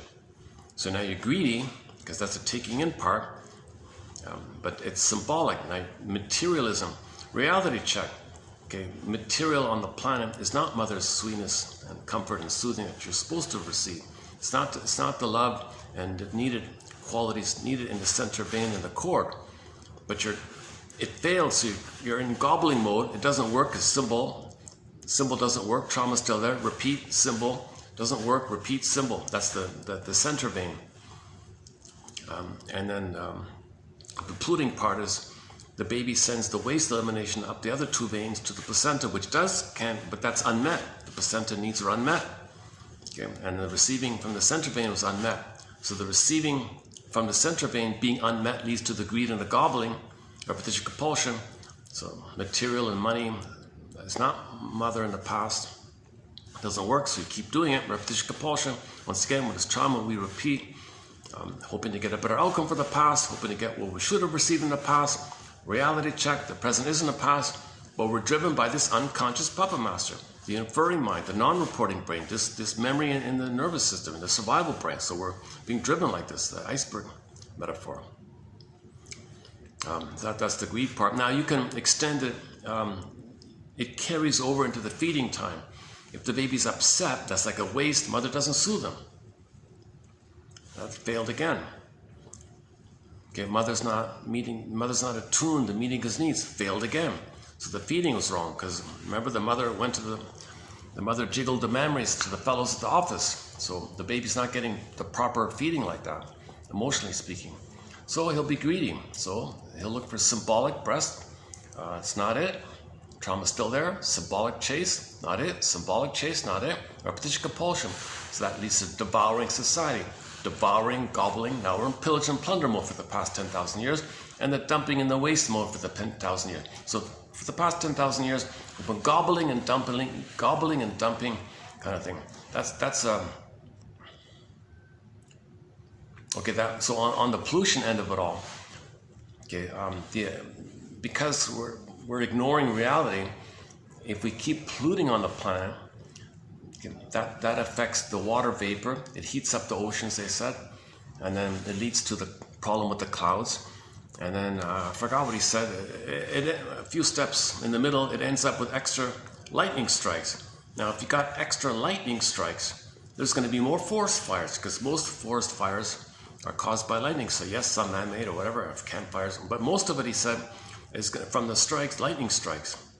So if we have an abnormal extra amount of lightning strikes, there's going to be an abnormal reaction to that.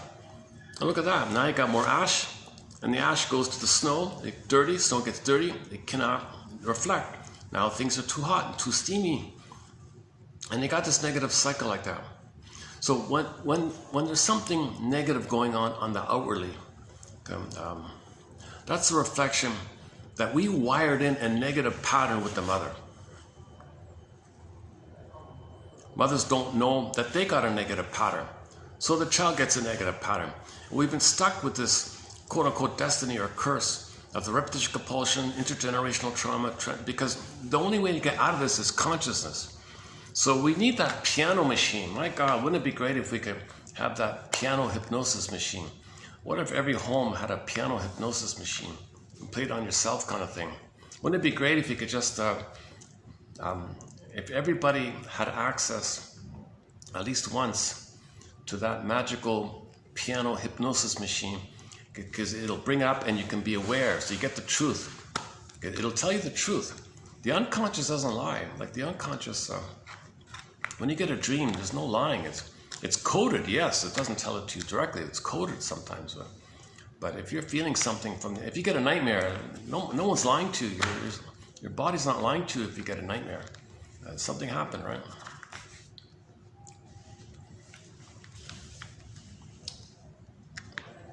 Okay, so yeah, Helen Deutsch coming up. We don't have too many quotes from her. She's a famous shrink back then. So in the next video, we've got a couple of quotes from her. One from Mr. Bowlby, attachment theory. One from Fenichel. One from Jacobson. Oh my God, we got a lot of, we got several famous names coming up in the next video. So this will be a bit of a historical kind of contribution from the older shrinks. We got a quote on identification with the aggressor, a key one here. And the conclusion was a question, a self-help question. So let's end up with a preview of this self-help question. So your mission, submitted for your approval and consideration, as they say in the Twilight Zone. And should you choose to accept it, as they say in the TV show, is to answer this question. No, sorry. Is to see, if you hear someone wanting something and the hearer is passive aggressive. You want something? No. I rebel against everyone. Anybody wants something? No. It's you're rebelling against the mother, right? So if somebody's hearing this and they've got a passive aggressive psychology or passive aggressive narcissism, they don't do what others want. Their anger is expressed by not doing, not cooperating, not following through. So if I were to say, the question here, in general, how do you think your overall experiences with your parents have affected your adult personality? Okay. And a passive-aggressive person hears it. Oh, is that what the guy wants? Is that something I'm supposed to answer? I don't do what anybody wants, so I'm not going to cooperate. No. So in that case, one shrink said, use the Columbo approach. Use the Columbo approach.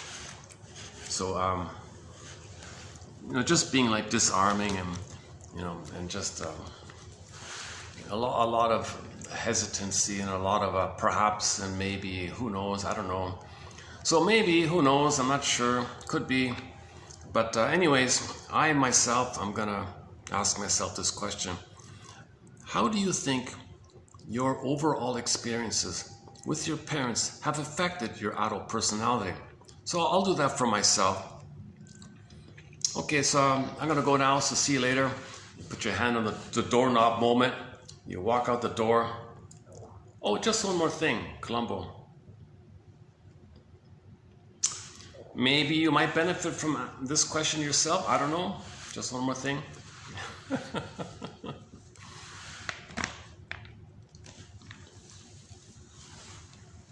Some people try the reverse idea.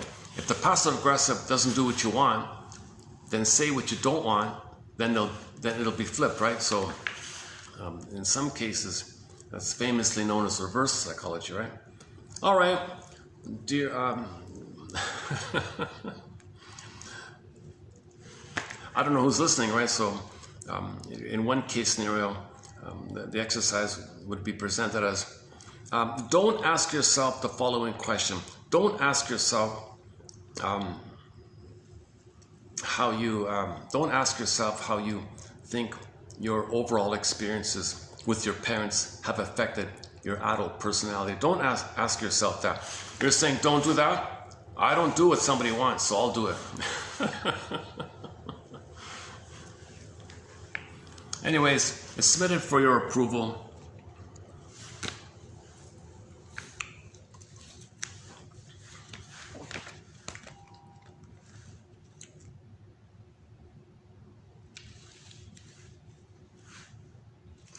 Again, how do you think your overall experiences with your parents have affected your adult personality? How do you think your experiences with your parents have affected you in your life?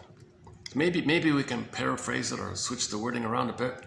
How do you think your childhood, how do you think your childhood might be affecting you still today? How do you think your childhood might still be affecting you to this very day? Okay, on this point, play the clip from the film Lady in the Dark with Ginger Rogers. Hey, maybe I can dig it up here. Hey, hang on a sec. Are we still online here? Let's see if I can find it. I'm not sure if I've ever played this. So there's a film called Lady in the Dark, which was based on a popular play way back when. And it was a psychology play. But when they moved over to the film, they took away all the psychology, except for this one little crumb. And this is the crumb I want to dig up here. Lady in the Dark. Lady in, not red, Lady in red. No, Lady in the Dark. I don't want to hear that song. Lady in the Dark, hold on a sec. Let's see if we can, so it's Ginger Rogers talking to the shrink. 1944 film. It's a 1944 film. Do we have the full thing here? Trailer, I don't want the trailer. Well, here, just dark romance. Really? Oh no, romance drama. Oh, Lady in the Dark. It's a romance drama with Ginger Rogers. Let's see if we can find, oh, it's probably copyrighted. Oh, it's probably copyrighted. It's probably going to be copyrighted. It's a Paramount picture, by the way. Okay.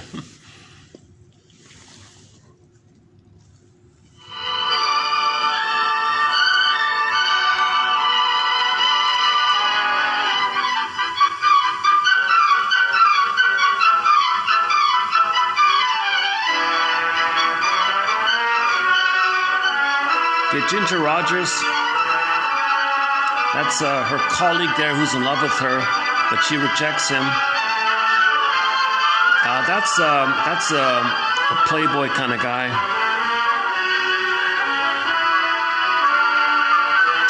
Where's the shrink? One of them's the shrink. Well, that music might be copyrighted. Let's just let me see if I can just find that shrink scene. If you don't see it, Telephone. Russell, take that silly. okay, give me. I gotta fish around for it a bit. When are you going back? Hold on a sec. My mother calling. Bob. Sorry, dear, I have to go. Oh, that's the dream. Oh, there's a famous dream. Okay, there's a dream sequence. There is a dream. Oh, there's the dream one. Yeah, she has a dream when she finally gets in touch with her longings. When she admits that she likes a fellow, she has this dream about, a romantic kind of dream. So, and they do a dream thing in here. Where's the one with the shrink? Oh, hey, this might be it. Is that it?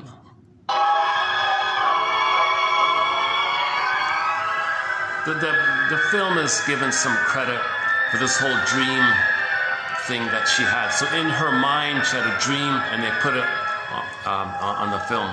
was blue. So in other words, you see her dream in the film. Blue dress. The blue. I wanted it desperately. What do you associate with blue?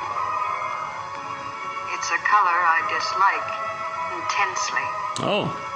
but I seem to adore it in the dream. I see. Go on. I whirled with delight, and suddenly I was clothed in the dress. Then I heard applause. I had just made a speech in a huge hall. It seemed I was the center of attraction. Thank you. Oh, how lovely to be me. If there's a party, I'm always the host of it.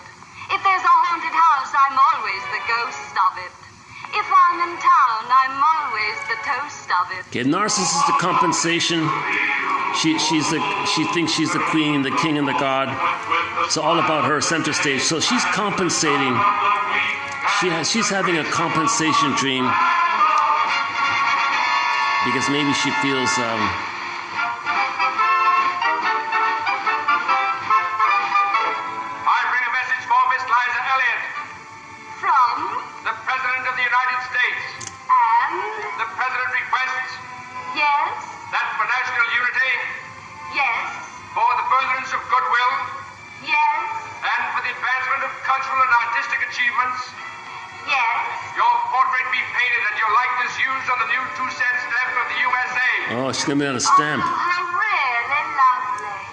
Who is to paint me and where? I am to paint you and here.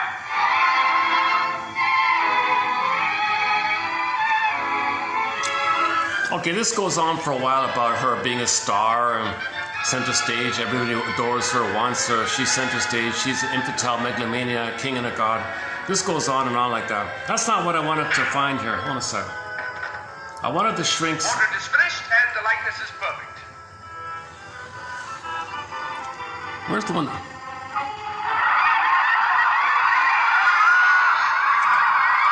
the matter, boss lady? Can't you take it?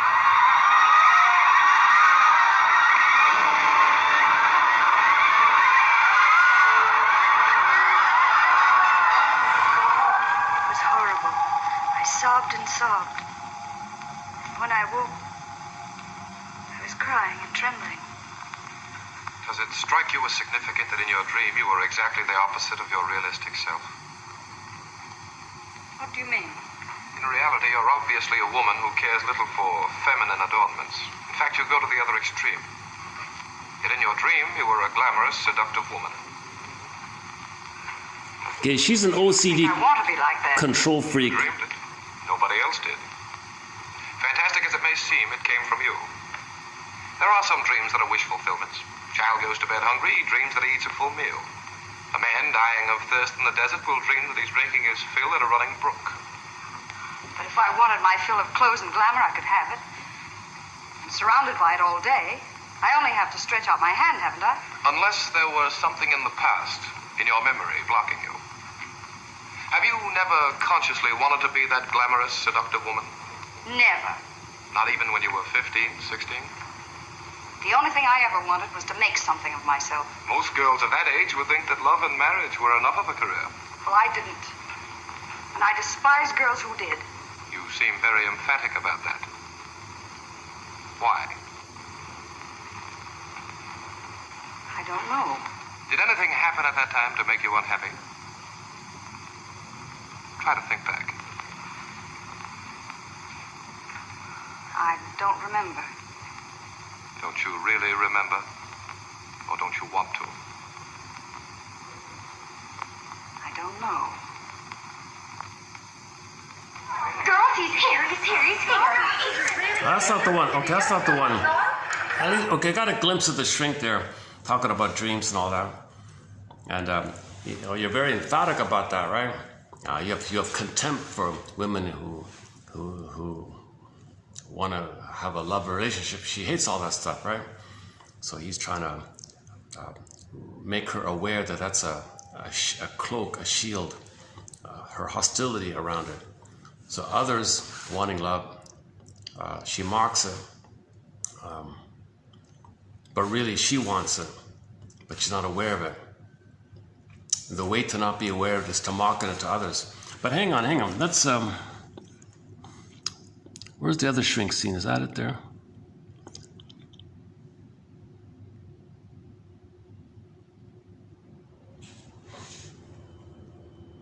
I haven't seen this movie. I only saw. Oh, this might be it here. Oh, this might be it. Oh, here it is. This might be it here. Hold on a second.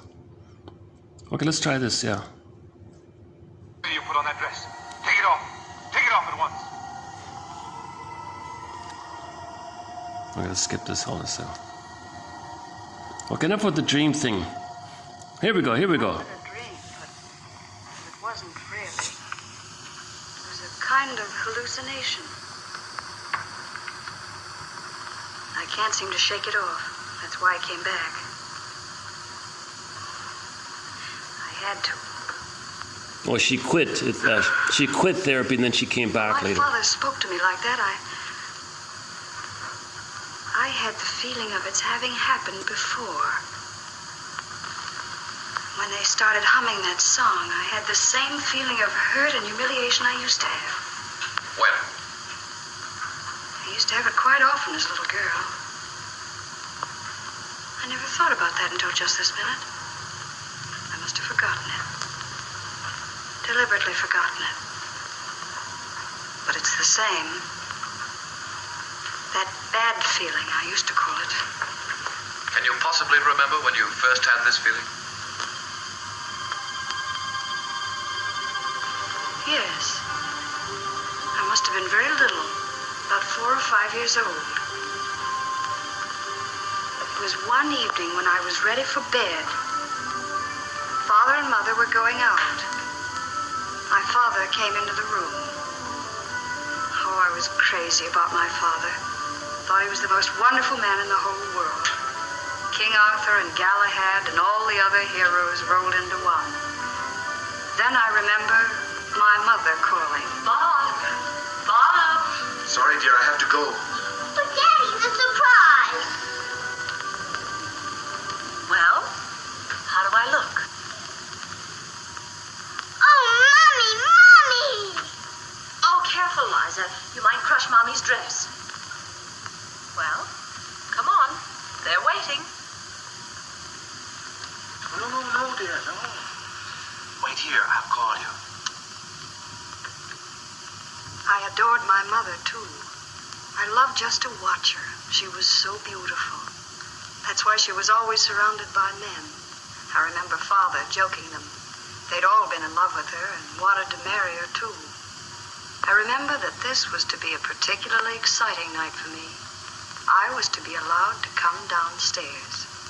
Father and I had a surprise for Mother. And when he called me... Liza, come on, dear. Come on.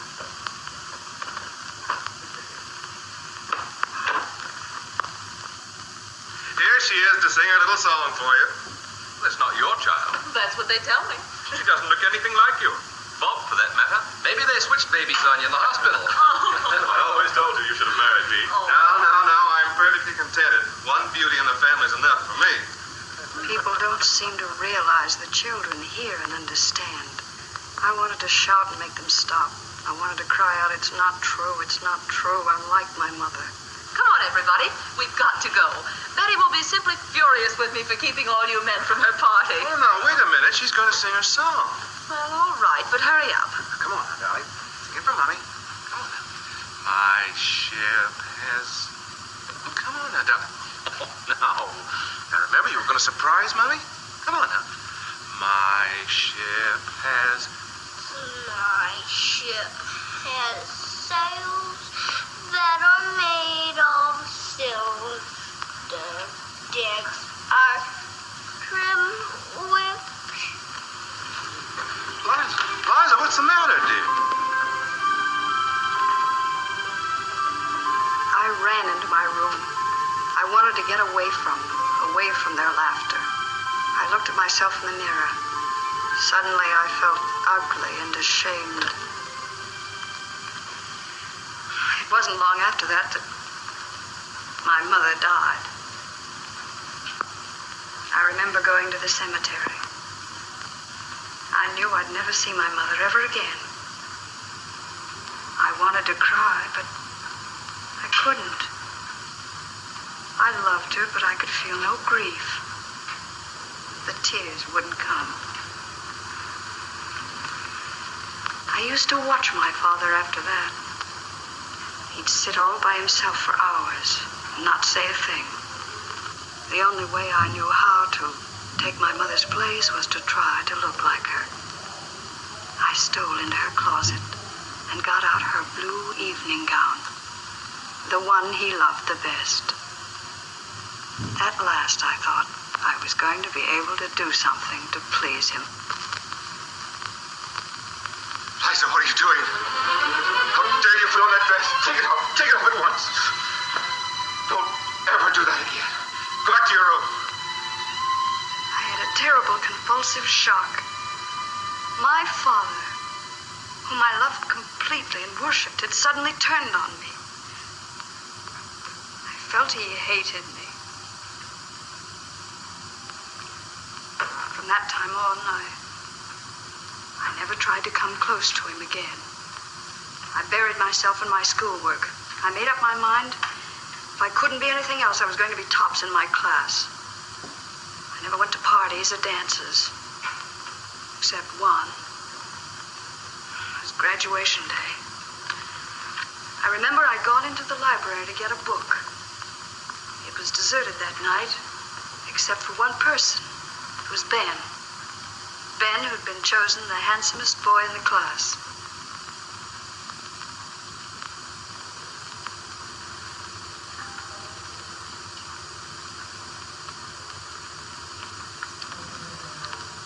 Hello, Liza. Hello, Ben. Why aren't you at the dance? What about you? I had a headache. Want to go to the dance with me? Where's Barbara? Well, we're not speaking anymore. She's not speaking to me, and I'm not speaking to her. What did you quarrel about? Oh, I don't know. I hate a girl who flirts all the time. Honest, do you think a girl should flirt all the time? Well, I imagine it's pretty difficult for Barbara not to. She's so beautiful. Too beautiful, if you ask me. Heck, I'm going to college next fall. I don't want a girl who... Why do we keep on talking about her? You're much nicer. Look, what do you say we drop in there? Just for sort of a last dance with the kids, huh? Well, I'll have to go home first and tell my dad. Holy cow, let's skedaddle. Please. I'm sorry, Mr. Black. I'll take this one. I didn't really have to let anyone know. I just wanted to go home and put on my party dress.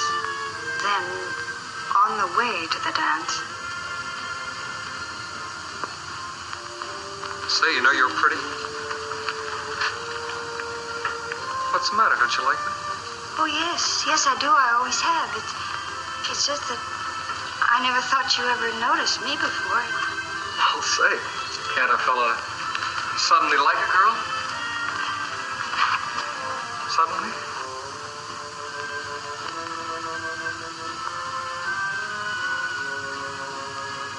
I'm sorry. Oh, that's all right. For the first time, I was really happy. I felt for once that I was as pretty as other girls. Gee, but you're nice, Les.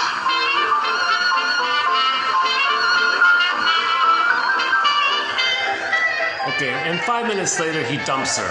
Okay, he reunites with the old girlfriend and dumps her like a hot potato. And then let's see if I can find that. I still want to get that one with the. Hang on a sec.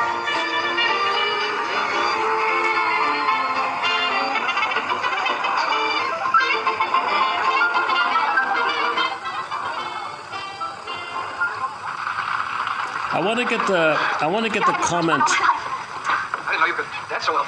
Thank you. Ben? Hello, Barbara. Oh, hello. Ben, could I talk to you for a minute? What for? Why, I just want to talk to you, silly. Didn't know you were speaking to me. I'm not. I think you're the rudest boy I've ever known.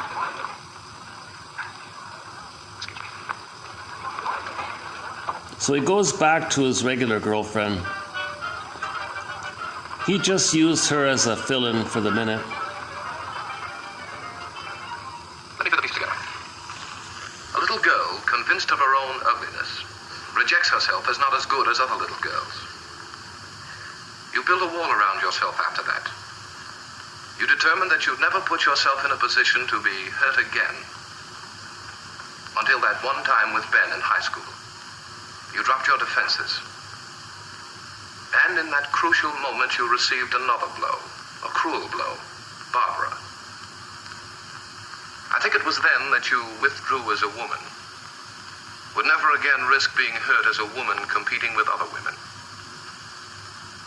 You buried your emotions and all your painful memories.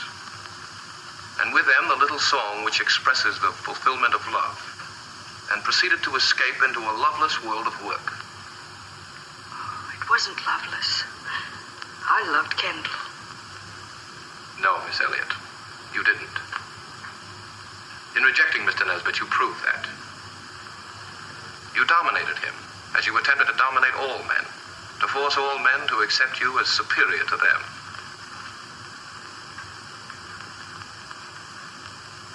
Well,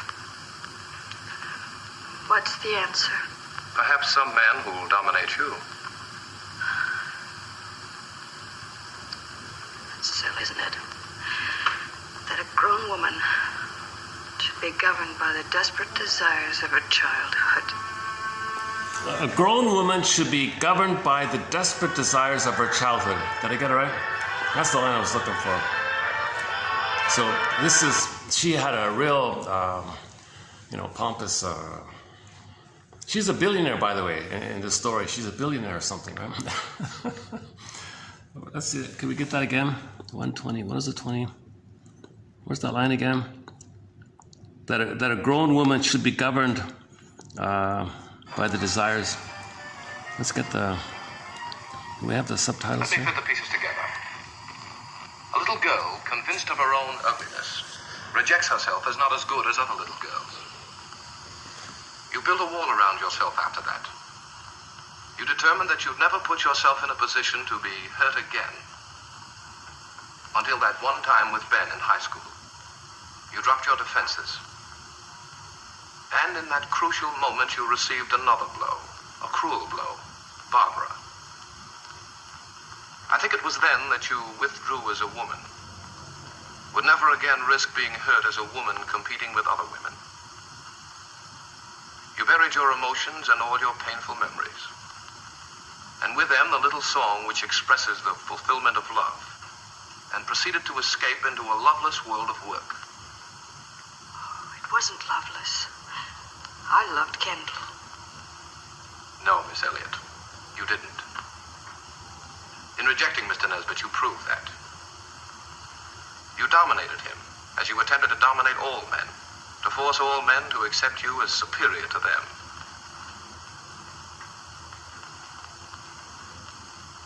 Well, what's the answer? Perhaps some man who will dominate you. It's silly, isn't it? That a grown woman should be governed by the desperate desires of her childhood. A grown woman governed by the desperate desires of her childhood. So she made the link. She realized that the childhood experiences governed her whole life like that. And then she made the turnaround, right? So at that point, you could metaphorize the ending of her false self, her defensive self, and then the rebirth afterwards. So after that scene, she warmed up and was able to have a kind of a mutual relationship with this other Mr. Nesbit fellow, whatever. 19. Yeah, I should have prepared. It took a lot of time to find it.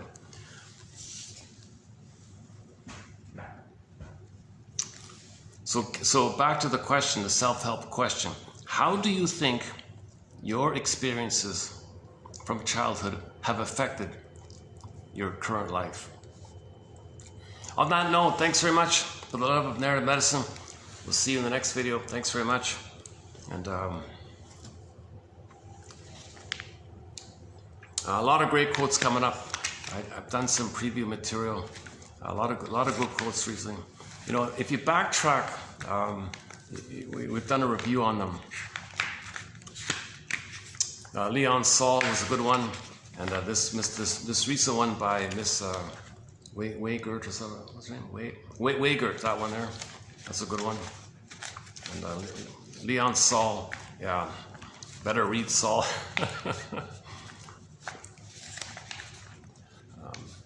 Any final thoughts here? Okay, if you notice some skips throughout the video, it's because I tried to play a scene from the film Lady in the Dark, but it's all copyrighted, so it got trimmed out.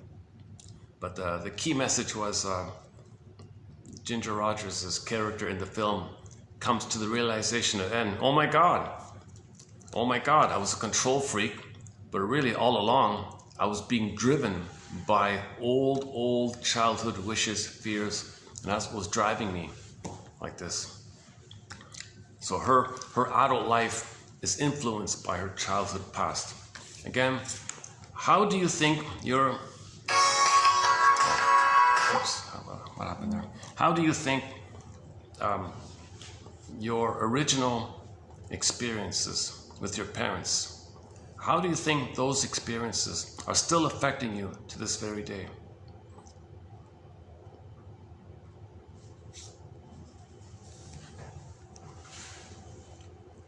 Think about the emotional tone with the parents. Do you feel that tone now? Was there disappointments? Are you still disappointed? Things like that.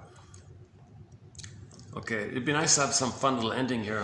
Is there any kind of final fun ending here? Let's see. Maybe a song or something.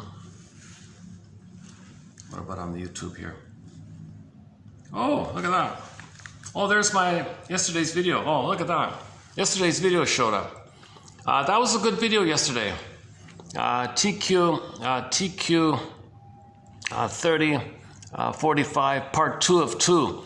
Done part of it done in the park, and then it rained, and then the rest of it was indoors. No views. Can you believe it? My theory is, yeah, okay. I have anxiety when I present. So my give back is that I want to get the quotes out. This is the vehicle to get the quotes out. Because some of these quotes are getting harder and harder to find.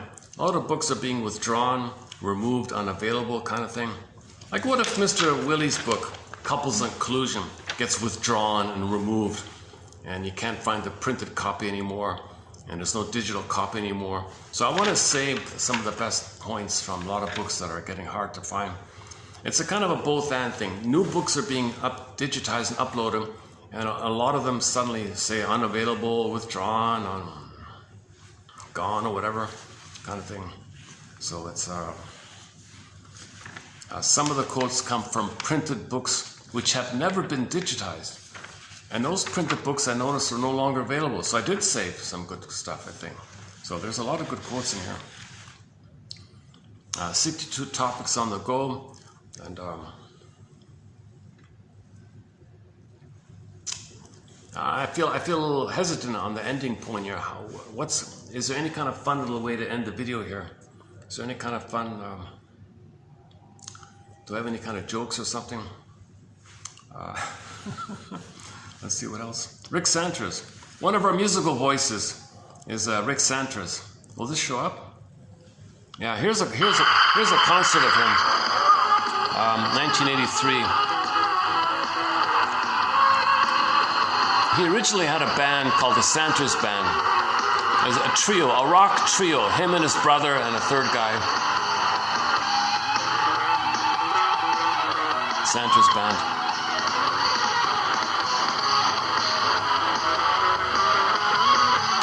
They're showing you sort of like a preview moment here.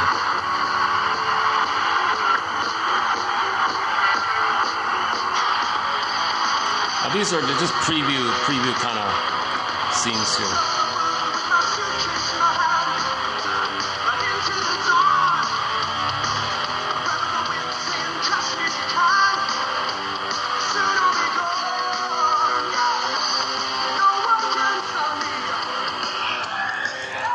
play Mistreating Heart. I think the second one. Let's play the rapper.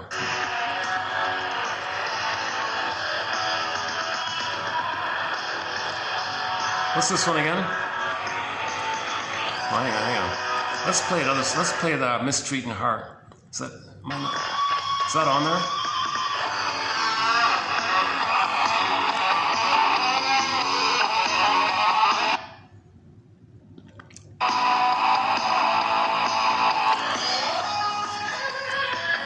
This is Mistreating Heart, I think. Yeah.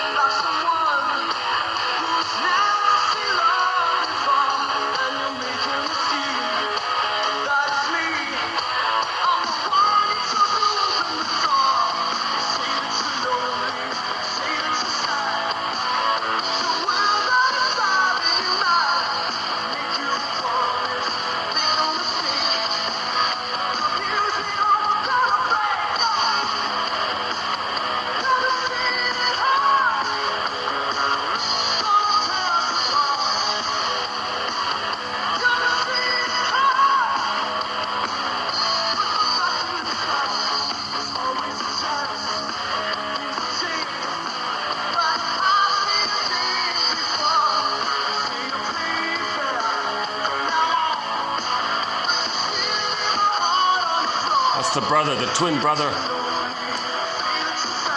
I think it's a twin brother. They look a lot alike. Him and the drummer.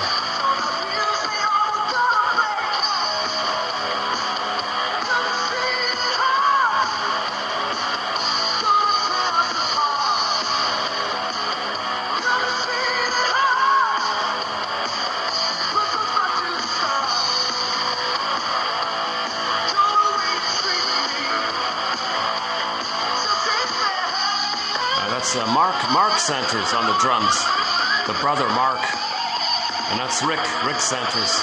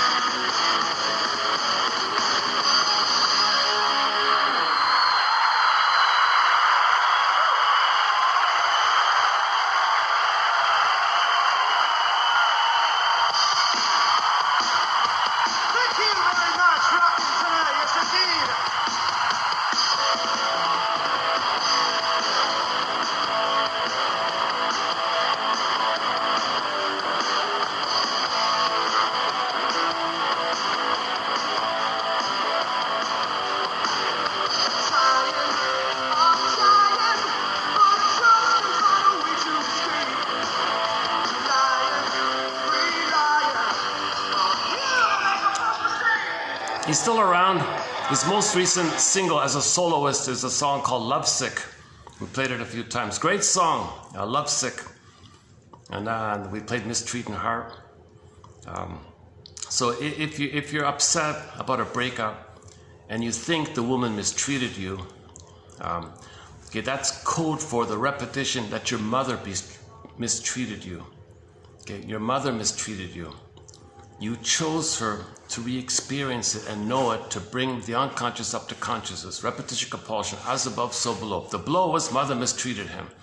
So he'll be attracted to a woman who will do the same thing. Now he can feel, now he can know, now he can get a story, then he can stop repeating. For the love of narrative medicine, we'll see you in the next video. Thanks very much.